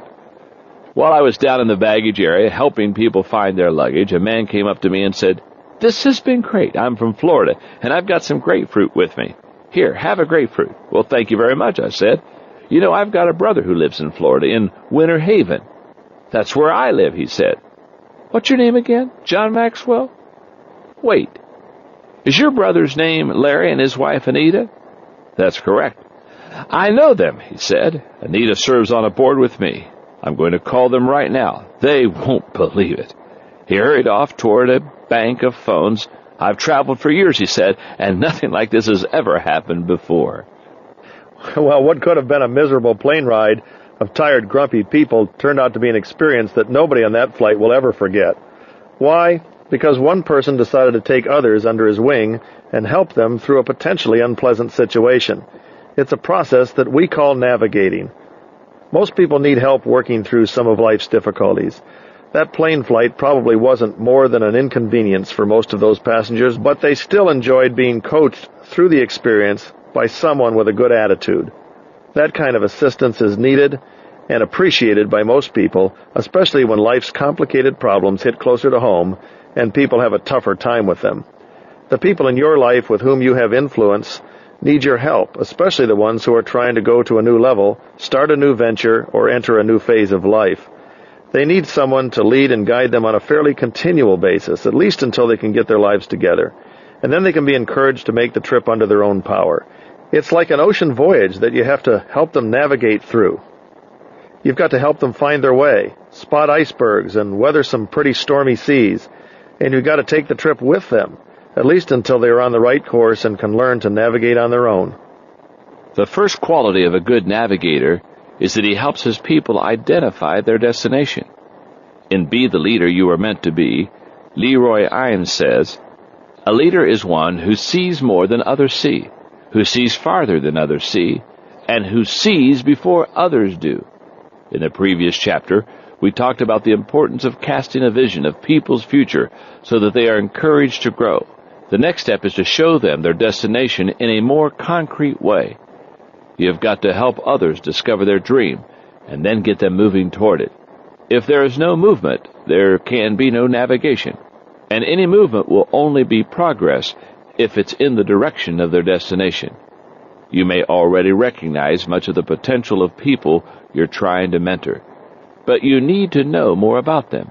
To help them recognize the destination they will be striving for, you need to know what really matters to them, what makes them tick. To do that, find out these three things. What do they cry about? To know where people truly want to go, you've got to know what touches their hearts. What do they sing about? In the long run, people need to focus a lot of their energy on what gives them joy. Look for enthusiasms in the people that you mentor. What do they dream about? Napoleon Hill said, "Cherish your visions and your dreams as they are the children of your soul, the blueprints of your ultimate achievements." If you can help somebody discover his dream and truly believe in it, you can help him become the person he was designed to be. The second thing navigators do is plot the course for people. Once you, as the navigator, assist others in identifying a vision for their lives, you need to help them find a way to make it a reality. To help people plot their course in life, start by giving attention to three main areas: where they need to go, what they need to know, and how they need to grow. As you work with people, help them figure out not only their long-term destination, but also the smaller steps they need to take along the way. Help them identify attainable goals that will give them confidence, and they'll make progress. The third thing navigators do is think ahead. Few things in life are more discouraging than being blindsided, especially when someone who could have helped you stands by and watches it happen. That's why one of the greatest things any navigator can do for others is to think ahead for them. As the leader and mentor of others, you have been places they've not yet gone, had experiences they've yet not been through, and gained insights that they've not yet developed. You have the ability to prepare them for what they are going to face. The fourth characteristic of navigators is that they make course corrections. We've heard that back before the time of sophisticated electronic navigational equipment, ship's navigators used to take a reading of the stars at a particular time in the middle of each night, determine how far off course the vessel was, and make adjustments to its course. No matter how accurately the original course had been laid out, or how carefully the helmsman had followed his orders, the ship always got off course and needed adjustments. People are the same way. No matter how focused they are or how well they plan, people will still get off course. The problem comes when they have difficulty making course corrections, either because they don't know they're off course, or they don't know what they should do to fix things. Not everyone is a natural problem solver. For most people, it's a skill they must learn. John Foster Dulles, Secretary of State during the Eisenhower administration, said, "The measure of success is not whether you have a tough problem to deal with, but whether it's the same problem you had last year." As their navigator, you can help them avoid that kind of situation. Finally, good navigators stay with their people. They don't just give directions and then walk away. They travel alongside their people as friends. As you come alongside some of the people within your influence and begin mentoring them, you and they may experience some very difficult times together. You won't be perfect, and neither will they. But just keep in mind what Henry Ford said.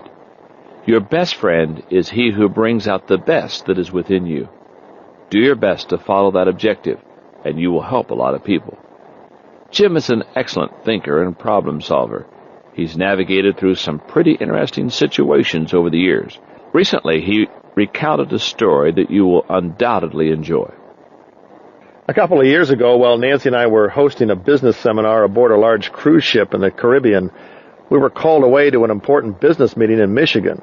We had no problem getting to the meeting because arrangements had been made for us to be picked up by a private jet at the airport in San Juan, Puerto Rico. But leaving Michigan and getting back turned out to be quite another story. Our plan was to return on the same jet the next day and meet the ship at its next port. From there, the ship would return to Miami, and we could continue teaching our seminar. But in Michigan, when we began to depart, our aircraft developed a problem and had to return to the hangar. That caused a serious problem for us. There were no commercial flights to our destination, nor were there any private planes with enough range to get us down to St. Martin, which is some 1,500 miles off the coast of Florida. Missing the seminar was simply not an option for us, so we looked at other possibilities. The best we could do was take an available private jet to Atlanta and then work on finding another plane to take us the rest of the way. By the time we touched down in Atlanta, we had managed to arrange for another plane, and it was ready and waiting for us. As soon as our plane came to a stop, we gathered up our things and scrambled over to the other jet. You can imagine how relieved we were to get on board and get in the air. We weren't on our way for very long before we found out that our current flight was going to get us on the island exactly 15 minutes after the ship was scheduled to depart. "We've got to get them to delay that ship," I said.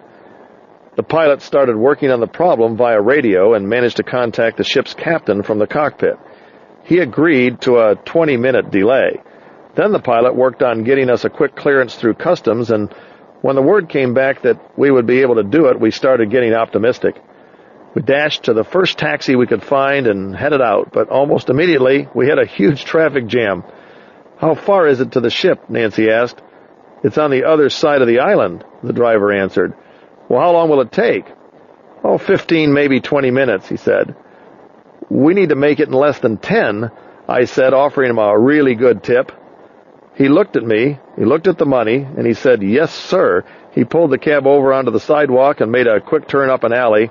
We went over curbs, through lights, weaved down alleys and side streets in a blur. Felt like we were on Mr. Toad's Wild Ride at Disneyland. Seemed like we saw the back of every building on the island, but then we shot through a narrow opening between two buildings, careened out into the sunlight, onto a pier, and the ship was in sight, its horn sounding its imminent departure. As we screeched to a halt at the end of the pier, we piled out of the cab. That's when we began to hear the cheering.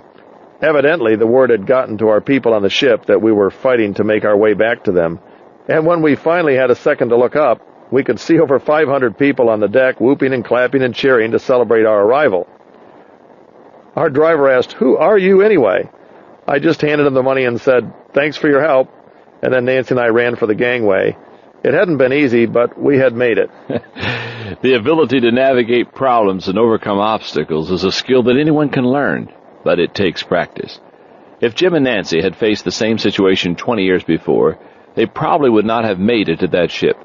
But over the years, they developed an incredible ability to make things happen, not only in their own lives, but in the lives of others. You can have that same ability. Become a navigator in the lives of others. You will not only be able to use your influence to help them move up to the next level in their lives, but if you assist them during their darkest hours, you will make friends of them for life. Chapter number 8. A person of influence connects with people. My first job out of college in 1969 was a little church in Hillham, Indiana. I was the senior pastor there for 3 years. The church really grew during the short time Margaret and I were there, so much that we had to construct a new church building in 1971 to hold all the people. We look back on those 3 years as a crucial growing time in our lives that we really enjoyed and benefited from. Recently, I got a phone call from that little country church asking me to speak at a big 25th anniversary celebration that they were preparing, and I gladly accepted. I told them, "You just tell me the day and I'll be there." During the next few months, I spent some time thinking about how I could make their anniversary a great day for them. The last thing I wanted to do was to come back as some kind of a conquering hero. I needed to find ways to connect with them. The first thing I did was get them to send me a copy of their church directory with pictures and names of all the people in their congregation. There in the book were many faces I recognized. Some people had less hair than I remembered, and much of that hair was now gray. But I knew those faces behind those 25 years of wrinkles. And there were many others who were new to me, sons and daughters of people I loved, and some new names that I didn't recognize.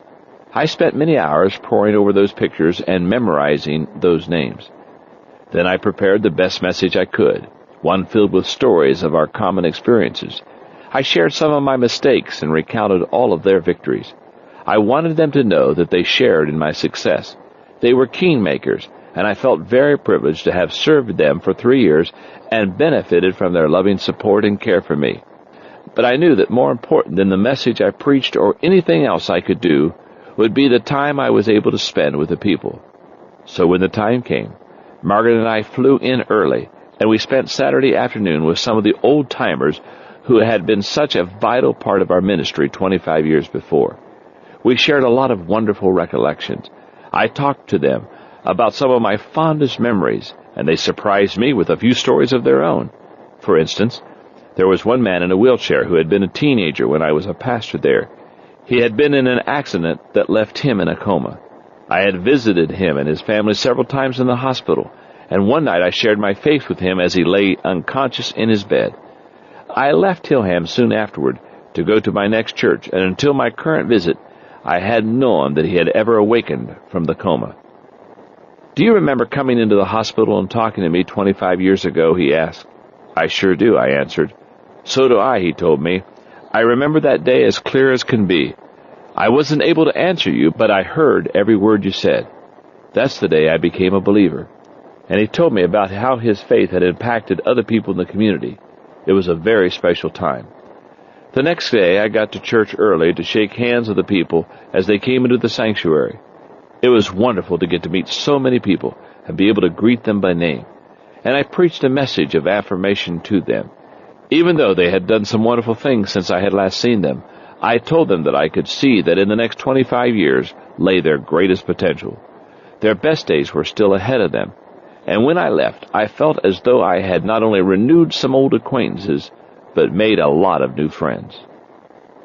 The time John got to spend with the people in Hillham was brief, but in that short period he was able to do something that was important to both them and himself. He was able to connect with them. Connection is a very important part of the process of mentoring others, and it's absolutely critical if you want to influence people in a positive way. When you navigate for others, you come alongside them and travel their road for a while, helping them handle some of the obstacles and difficulties they have in their lives. But when you connect with them, you're asking them to come alongside you and travel your road for both your and their mutual benefit. To learn how to connect with people, listen to the following 9 steps. Number 1, don't take people for granted. You can only connect with people and lead them if you value them. Weak leaders sometimes get so caught up in the vision of where they're going that they forget the people they're trying to lead. But you can't take people for granted for any length of time and be a successful leader. Valuing people is the first important step in the connection process. When you let people know that you don't take them for granted and value them, they turn around and do the same for you. I was recently reminded of this by my friend and colleague, Dan Ryland. Margaret and I spent a long weekend with Dan and his wife Patty not too long ago. Dan has worked with me for 15 years, first as my executive pastor at Skyline Church, where I was the senior pastor there, and now he's the vice president at Enjoy. We spent the weekend at a resort hotel in Laguna Beach. It was great. We enjoyed the pool and spa and ate some great meals and had a wonderful time together. As Margaret and I were checking out, I went to the front desk to pay the bill and discovered that Dan had beaten me there and had already taken care of everything. Later I talked to him and said, "Dan, you didn't have to do that. I wanted to treat you and Patty." "No, John," said Dan. "It was our pleasure. You do so much for us. I never want to take you for granted." Number 2, possess a make-a-difference mindset. If you desire to accomplish something great and really want to be able to see it happen, you need to possess a make-a-difference attitude. Anytime you don't believe that you can make a difference, you won't. How do you cultivate a solid make-a-difference mindset? First, believe you can make a difference. Second, believe what you share can make a difference. Third, believe the person you share with can make a difference. And fourth, believe that together you can make a big difference. Mother Teresa said, "I can do what you can't do, and you can do what I can't do. Together we can do great things." No one ever achieves alone what he can do when partnering with others. If you want to connect with people and take them with you to a higher level, recognize the difference you can make as a team and acknowledge it at every opportunity. Number 3, initiate movement toward them. According to Tom Peters and Nancy Austin, the number 1 managerial productivity problem in America is, quite simply, managers who are out of touch with their people and out of touch with their customers. Lack of contact and communication is a problem that affects many people today, not just managers and organizations. We believe there are many reasons why people don't connect with one another more than they do. One of the main reasons, especially within organizations, is that many leaders believe that it is the followers' responsibility to initiate contact with them. But the opposite is actually true. To be effective, a leader must be an initiator. If he doesn't go to his people, meet them where they are, and initiate the connection, then 80% of the time no connection will ever be made. Number 4, look for common ground. Anytime you want to connect with another person, the place to start is where you both agree. And that means finding common ground. If you've developed good listening skills, as we talked about in Chapter 4, you'll probably be able to detect areas where you have common experience or views. As it's sometimes said, all things being equal, people will do business with people they like. All things not being equal, they still will. Number 5, recognize and respect differences in personality. While we are capable of finding common ground with others, at the same time we need to acknowledge that we are all different. And that's one of the great joys of life. John Luther said, natural talent, intelligence, a wonderful education, none of these guarantees success. Something else is needed. The sensitivity to understand what others want and the willingness to give it to them. Pay attention to people's personalities and do your best to meet them where they are. They'll appreciate your sensitivity and understanding. Number 6, find the key to others' lives. Industrialist Andrew Carnegie had an uncanny ability for understanding people and what was important to them. It's said that when he was a boy in Scotland, he had a rabbit that had a litter of bunnies. In order to feed them, Carnegie asked the neighborhood boys to collect clover and dandelions. In return, each boy would get to name a bunny after himself. Carnegie did something similar as an adult that also showed his understanding of people. Because he wanted to sell his steel to the Pennsylvania Railroad, when he built a new steel mill in Pittsburgh, he named it the J. Edgar Thompson Steel Works, after the president of Pennsylvania Railroad. Thompson was so flattered by the honor that he thereafter purchased all his steel from Carnegie. You don't have to be a Carnegie to connect with people. You just need to know what's important to them. Everybody has a key to his or her life. All you need to do is find it. Here are 2 clues to help you do it. To understand a person's mind, examine what he has already achieved. To understand his heart, look at what he aspires yet to do. That will help you find the key. And once you do find it, use it with integrity. Turn the key only when you have the person's permission, and even then use that key only for his benefit, not your own, to help and not to hurt. Number 7, communicate from the heart. Once you've initiated a connection with others, found common ground, and discovered what really matters to them, it's important to communicate to them what really matters to you, and that requires that you speak to them from your heart. Being genuine is the single most important factor when communicating with others, whether one-to-one or before large audiences. No amount of knowledge, technique, or quick-wittedness can substitute for honesty and the genuine desire to help others. So as you communicate with others to build connections with them, share from your heart and be yourself. Number 8, share common experiences. To really connect with others, you have to do more than find common ground and communicate well. You need to find a way to cement the relationship.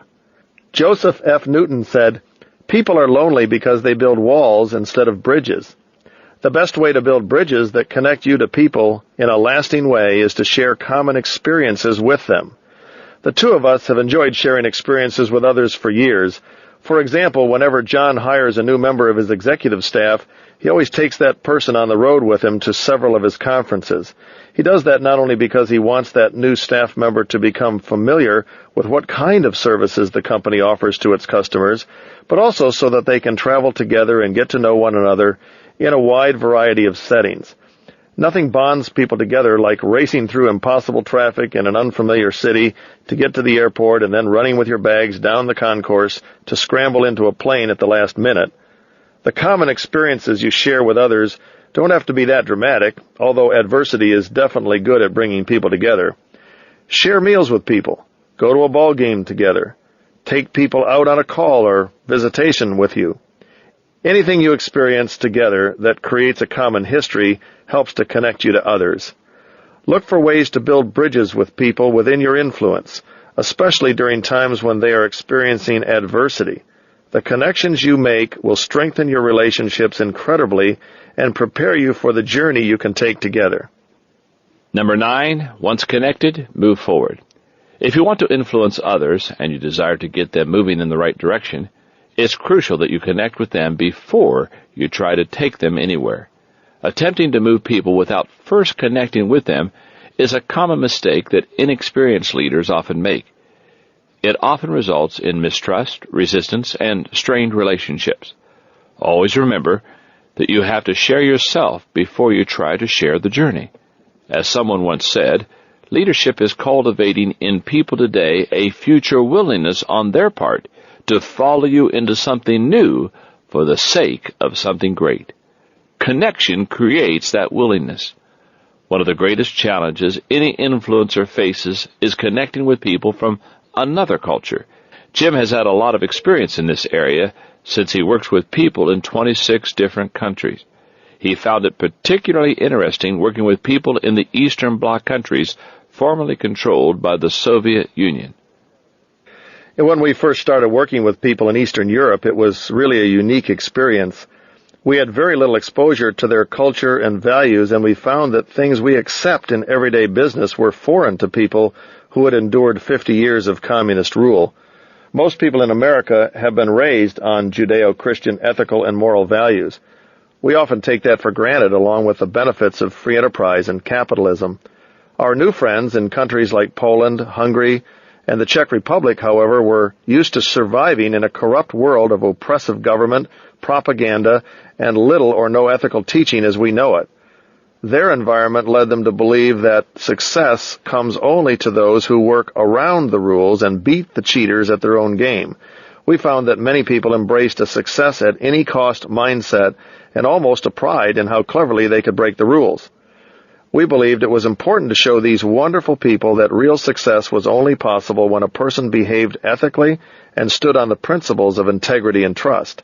It seemed like a big job, but the people were smart, and we were working with some great young professionals who were hungry to learn the secrets of true success. We began the process by doing everything we could to connect with people in those countries. We were able to find a few key people, and we came alongside them as friends and mentors, navigating them through this new paradigm of ethical living and principle-centered business. And we invested a lot of time in getting to know them better and connecting with them on this worthwhile journey. Our goal was to give them tools to positively impact the people in their country. This is still an ongoing journey for us, but whether we are working with people in Eastern Europe, mainland China, or another part of the world, we recognize that people are basically the same. Everyone wants to be successful and happy and is eager to learn from others who have gone ahead of them. But you can't make a significant impact in people's lives until you personally connect with them. Only then can you take them on a journey and really make a difference. Jim and Nancy are making an impact that is being felt around the world. They understand that influence means relating to people, raising them up, and then turning them loose to reproduce themselves in others' lives. Connecting is an important step in that process. But before people can go to the highest level and reproduce their influence in others, there is one more important step that they need to take. First, they need to be empowered, and that is the subject of the next chapter. Chapter 9, A Person of Influence Empowers People. A big part of Jim's business includes meeting fairly often with some of his key leaders, and because those people come from around the country and all over the world, he makes it a goal to schedule those meetings in various locations. One place that's become a favorite of his and Nancy's over the years is Deer Valley near Salt Lake City, Utah. Recently, when they were there with some of their leaders, something interesting happened. Jim will tell you about it. Yeah, Deer Valley is really a beautiful setting. In the winter, it's great for skiing, and in the summer, it's got gorgeous forested mountains and meadows full of wildflowers. We really enjoy vacationing there and using it as a place to meet with some of our people. This past year, we spent time with a group of about 10 couples at some condos in Deer Valley right on the ski slopes. We had a wonderful time. When we were ready to leave, we packed up our belongings and swung by the rental office to check out on the way to the airport. But as we worked to get our bill squared away, we discovered that one couple in our party had inadvertently left their room key back at their condo. "I'm going to have to charge you $25 for the lost key," the desk clerk said. I have to admit I was a little surprised. We had been their customers for 8 years, and we had spent thousands of dollars with them in the past week. "Look," I said, "I appreciate that you have a policy about missing keys, but the key is in their room, and if we were to go back and get it, we'd miss our flight. Can't you just forget the charge?" "No," he said. "The rule is that I have to add the charge to your bill." Even when I reminded him of our history with the company and told him that I didn't feel good about extra charge, he wouldn't budge. In fact, he just got more rigid, and I finally got really irritated. As I stood there waiting, I calculated in my mind how much money we had spent there over the years, and I figured that he was jeopardizing our $100,000 history with their company for a $25 key. We finally left and paid the fee. On our way to the airport, Nancy and I talked about the incident, and I thought about how it really wasn't the desk clerk's fault. The problem was with the owner, who had failed to train him properly. "That kind of thing drives me crazy," she said. "Some people just don't get it. You know who's just the opposite of that?" she said. "Nordstrom. They're unbelievable. I didn't tell you about what happened the other night before we left for Deer Valley. I went down to Nordstrom's to get Eric a pair of pajamas. I picked out some that I knew he'd like, but I told the salesgirl that I needed the pants hemmed and that we were leaving on a trip early the next morning. She didn't blink and offered to have them done that night and drive them out to us at our home. And that was the only thing I bought," added Nancy. "It's not like I had spent a lot of money. She did that just for a pair of pajamas." Stories of the great service at Nordstrom department stores have become legendary. Anyone who shops there can attest to it. The reason their employees are exceptional is that the company is built on the principle of empowerment. That philosophy of empowering employees is capsulized in the following brief statement, which every employee receives when he or she begins working for the company. Welcome to Nordstrom. We're glad to have you with our company. Our number one goal is to provide outstanding customer service. Set both your personal and professional goals high. We have great confidence in your ability to achieve them. Nordstrom rules. Rule number 1, use your good judgment in all situations. There will be no additional rules. Please feel free to ask your department manager, store manager, or division general manager any question at any time. People are the emphasis at Nordstrom, not policies. The ability to empower others is one of the keys to personal and professional success. Millionaire business executive J. Paul Getty said, "It doesn't make much difference how much other knowledge or experience an executive possesses. If he is unable to achieve results through people, he is worthless as an executive." When you become an empowerer, you certainly work with people and through people, but you also do much more. You enable people to reach the highest levels in their personal and professional development. Simply defined, empowering is giving your influence to others for the purpose of personal and organizational growth. It's sharing yourself, your influence, position, power, and opportunities with others with the purpose of investing in the lives of others so that they can function at their best. It's seeing people's potential, sharing your resources with them, and showing others you believe in them completely. You may already be empowering some people in your life without even knowing it. When you entrust your spouse with an important decision and then cheerfully back him up, that's empowering. When you decide that your child is ready to cross the street by himself and give him your permission to do so, you've empowered him. When you delegate a challenging job to an employee and give her the authority she needs to get it done, you've empowered her. The act of empowering others changes lives, and one of the greatest things about it is that it's a win-win for you and for the people you empower. Giving others your authority isn't like giving them an object, like your car, for example. If you give away your car, you're stuck without transportation. But if you empower others by giving them your authority, it has the same effect as sharing information. You haven't lost anything. You've increased the ability of others without decreasing yourself. Qualifications of an empowerer. Just about everyone has the potential to become an empowerer, but you cannot empower everyone. The process works only when certain conditions are met. To empower others, you must first have position. You can't empower people that you don't lead. Second, you must have a relationship with the people you empower. The third requirement for empowering others is respect. Relationships cause people to want to be with you, but respect causes them to want to be empowered by you. The last quality a leader needs in order to become an empowerer is commitment. As U.S. Air Executive Ed McElroy said, "Commitment gives us new power. No matter what comes to us, sickness, poverty, or disaster, we never turn our eye from the goal." How to empower others to their potential. Once you've established that you meet the qualifications of an empowerer, you're ready to get the process started. Your goal should be to hand over relatively small, simple tasks in the beginning and progressively increase the other person's responsibilities and authority. The greener the person you're working with, the more time the process will take. But no matter whether the person is a raw recruit or a seasoned veteran, it's still important to take him through the whole process. Use the following steps to guide you as you empower others. Number 1, evaluate them. You need to know where people are before you will be able to begin empowering them. With inexperienced people, if you give them too much authority too soon, you can be setting them up to fail. With people who have lots of experience, if you move too slowly, you can frustrate and demoralize them. Sometimes when leaders misjudge the capabilities of others, the results can be comical. For example, we once read about an incident from the life of Albert Einstein that illustrates this point.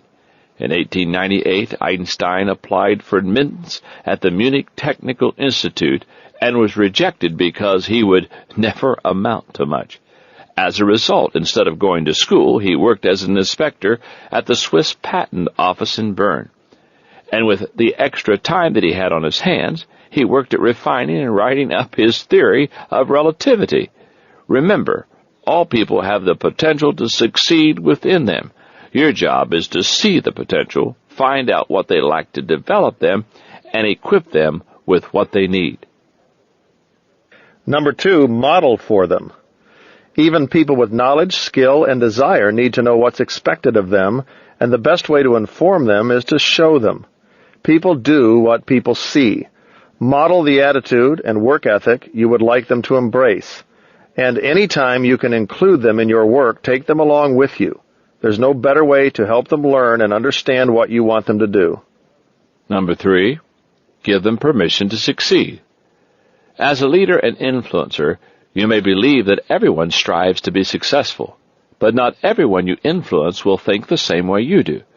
You have to help them not only believe that they can succeed, but also show them that you want them to succeed. Back it up not only with what you say, but what you do. Once people recognize and understand that you genuinely want them to succeed and are committed to helping them, they will begin to believe that they can accomplish what you give them to do. Number 4, transfer authority to them. The real heart of empowerment is the transfer of your authority and influence to the people you are mentoring and developing. Many people are willing to give others responsibility. They gladly delegate tasks to them. But empowering others is more than simply sharing your workload. It's sharing your power and ability to get things done. As you begin to empower your people, start by giving them challenges you know they can rise to meet and conquer. It will not only make them confident, but it will give them a chance to try out their new authority and learn to use it wisely. And once they've begun to be effective, continue to give them more difficult assignments. A good rule of thumb is that if someone else can do a job 80% as well as you, delegate it. In the end, your goal is to empower others so well that they become capable of meeting nearly any challenge that comes their way. And in time, they will develop their own influence with others so that they no longer require yours to be effective. Number 5, show your confidence in them publicly. When you first transfer authority to the people you empower, you need to tell them that you believe in them and you need to do it publicly. Public recognition lets them know that you believe that they will succeed. But it also does something else.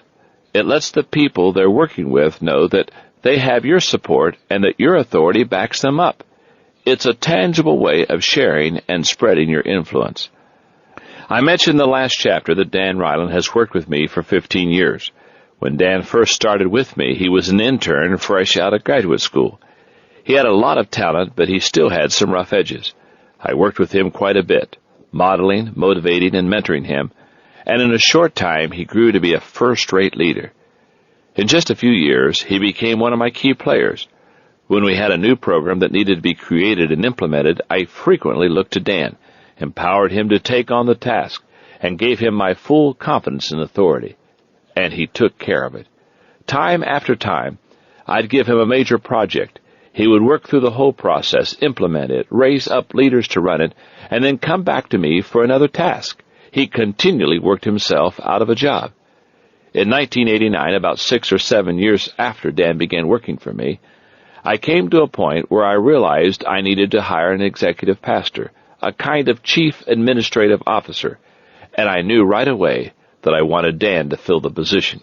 Now I knew that when you raise up a leader from within the ranks, there is often resentment and resistance from some of the person's colleagues, but I had a strategy.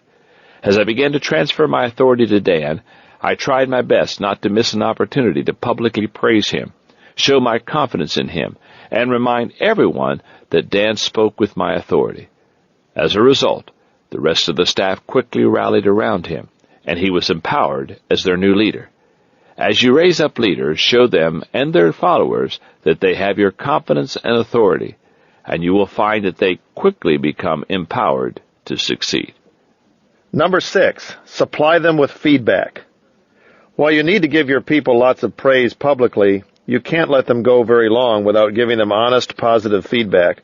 Meet with them privately to coach them through their mistakes, miscues, and misjudgments. At first, some people may have a difficult time. During that early period, be a grace giver. Try to give them what they need, not what they deserve, and applaud any progress that they make. People do what gets praised. Number 7, release them to continue on their own.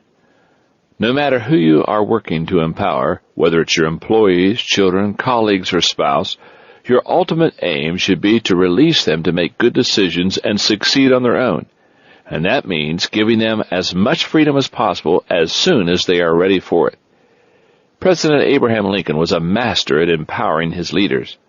For example, when he appointed General Ulysses S. Grant as commander of the Union armies in 1864, he sent him a message which read, "I neither ask nor desire to know anything of your plans. Take the responsibility and act, and call on me for assistance." That's the kind of attitude you need to have as an empowerer. Give authority and responsibility and offer assistance as needed.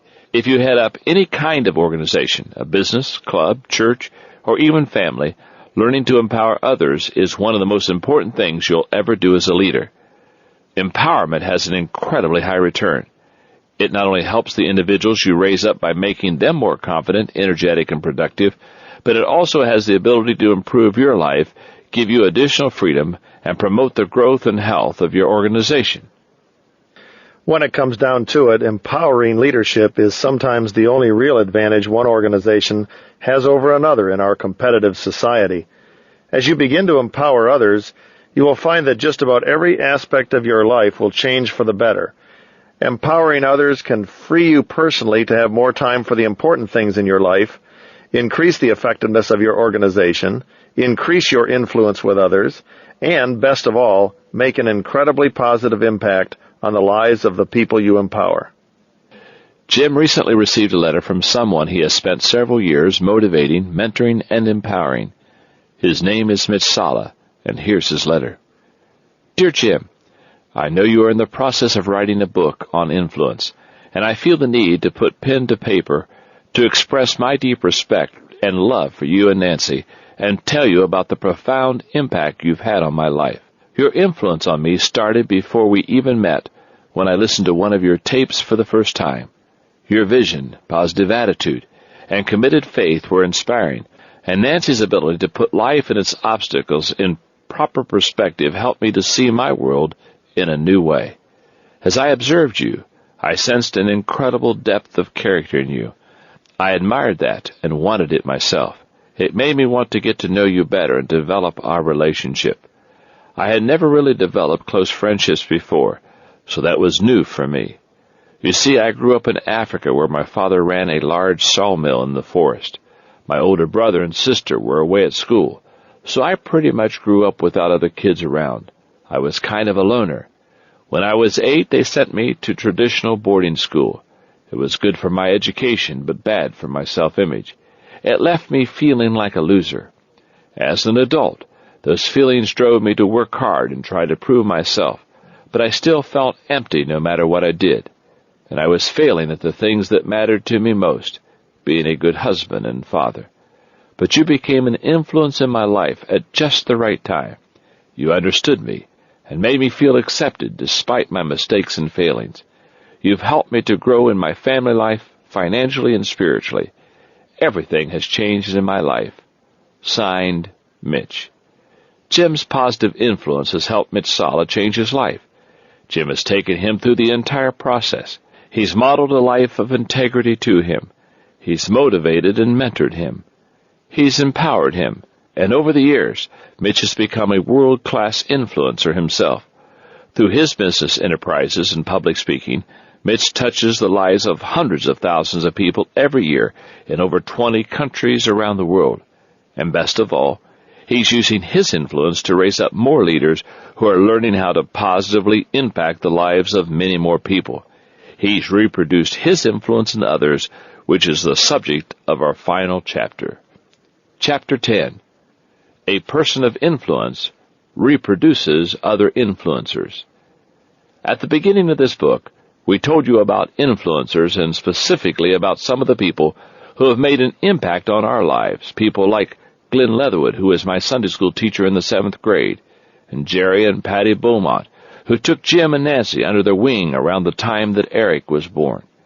Our lives have been filled with wonderful people of influence, but the greatest value has been added to our lives by people who've not only influenced us, but made influencers of us.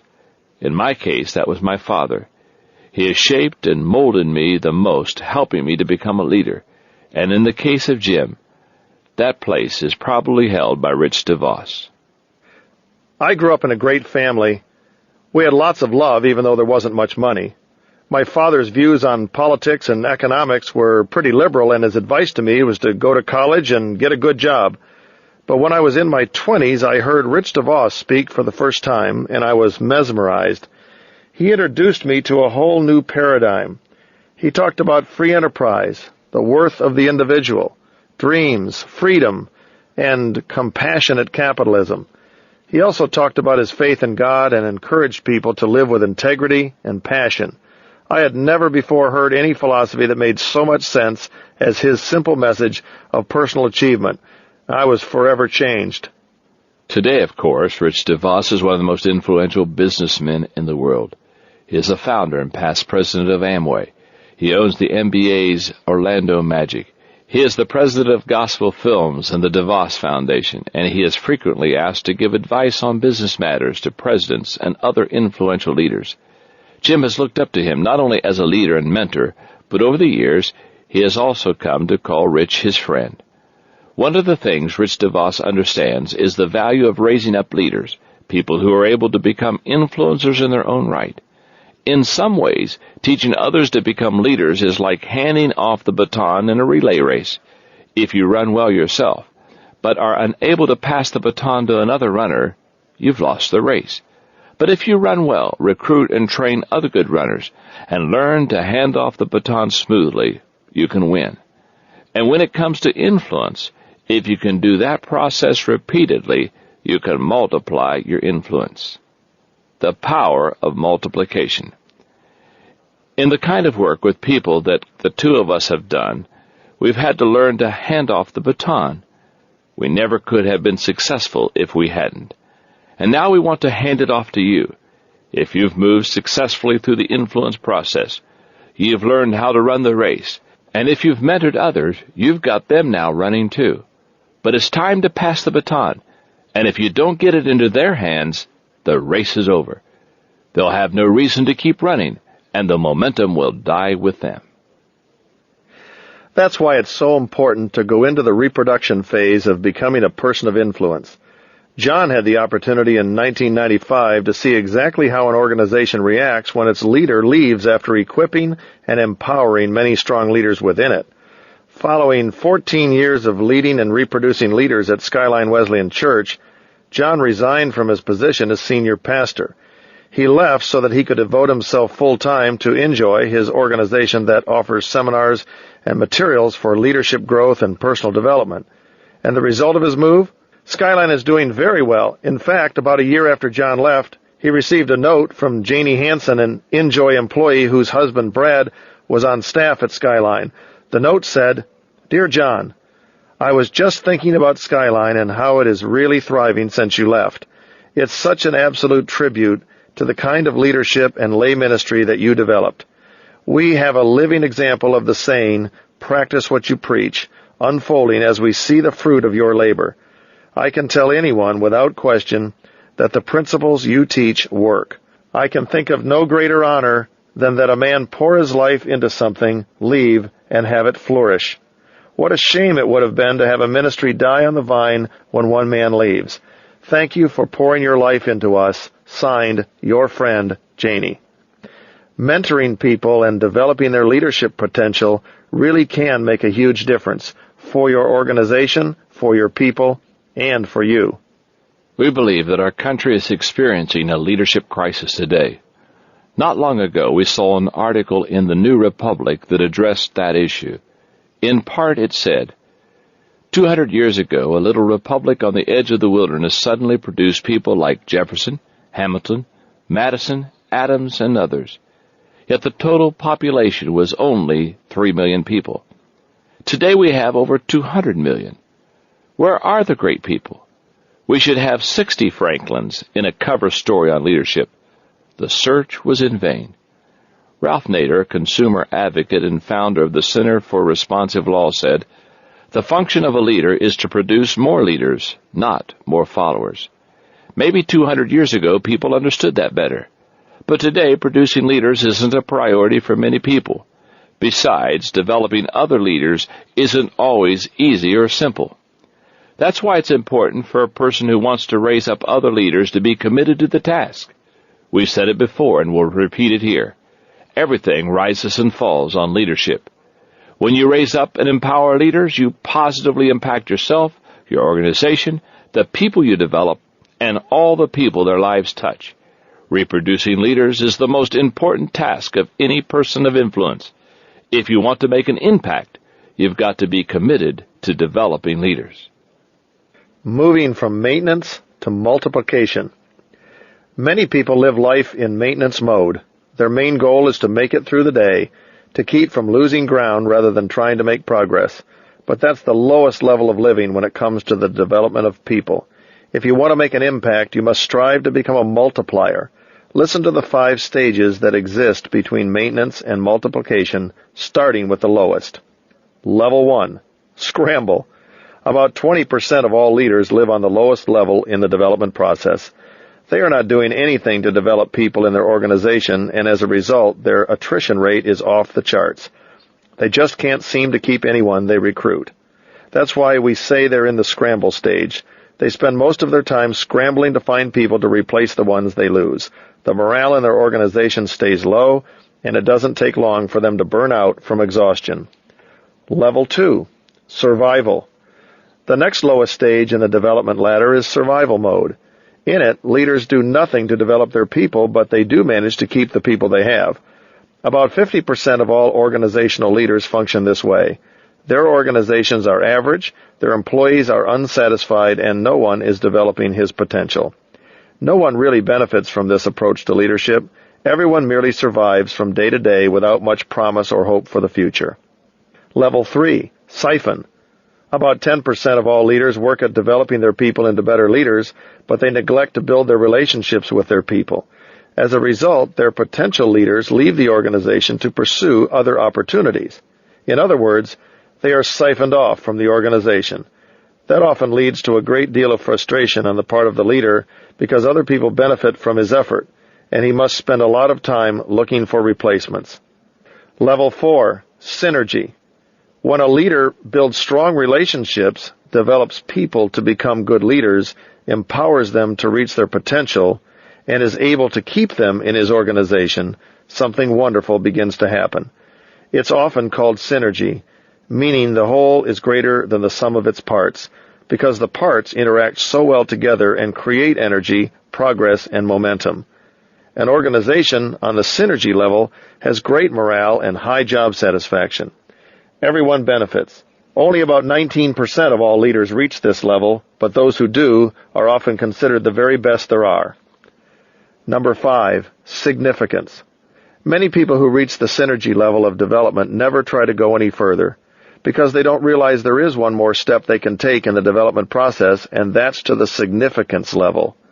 That's where leaders develop and reproduce leaders who not only stay in the organization and work to reach their potential, but in turn develop leaders themselves. And that's where influence really multiplies. Only about 1% of all leaders make it to this level, but the ones who do are able to tap into almost limitless growth and influence potential. A handful of leaders continually functioning on the significance level can really make an impact on the world. So now you know what it means to become a person of influence, to positively impact the lives of others. Jim and I desire for this to always stay with you. So we have developed an acrostic off the word influencer that will help you to always remember how to positively influence the lives of others. Being an influencer means, letter I, modeling integrity with everyone you come into contact with. Letter N, nurturing the people in your life to make them feel valued. The letter F, showing faith in others so that they can believe in themselves. The letter L, listening to them so that you can build your relationship with them. The letter U, understanding them so that you can help them achieve their dreams. The letter E, enlarging them in order to increase their potential. The letter N, navigating them through life's difficulties until they can do it themselves. The letter C, connecting with them so that you can move them to a higher level. The letter E, empowering them to become the person that they were created to be. And finally, letter R, reproducing other leaders so that your influence continues to grow through others. Over the years, Jim and I have worked hard to make this process more than a mere set of principles or a method of working. We've sought to make investing in others a way of living. And as time goes by, we keep working to become better developers of people. Our reward is seeing the impact we make on the lives of others.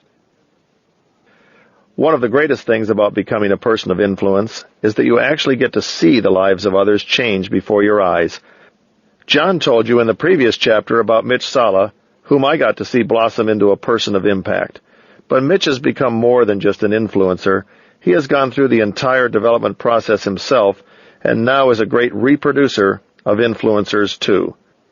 One of his greatest success stories is a man named Robert Ancasa. Robert is from Indonesia. He holds an MBA from Sydney University and used to work for Citibank, where he had risen up to become a vice president in Jakarta by the time he was 30 years old. Robert has always worked hard. He put himself through school driving a taxi, working in restaurant kitchens, and cleaning stadiums after concerts. But a few years ago, he met Mitch Sala.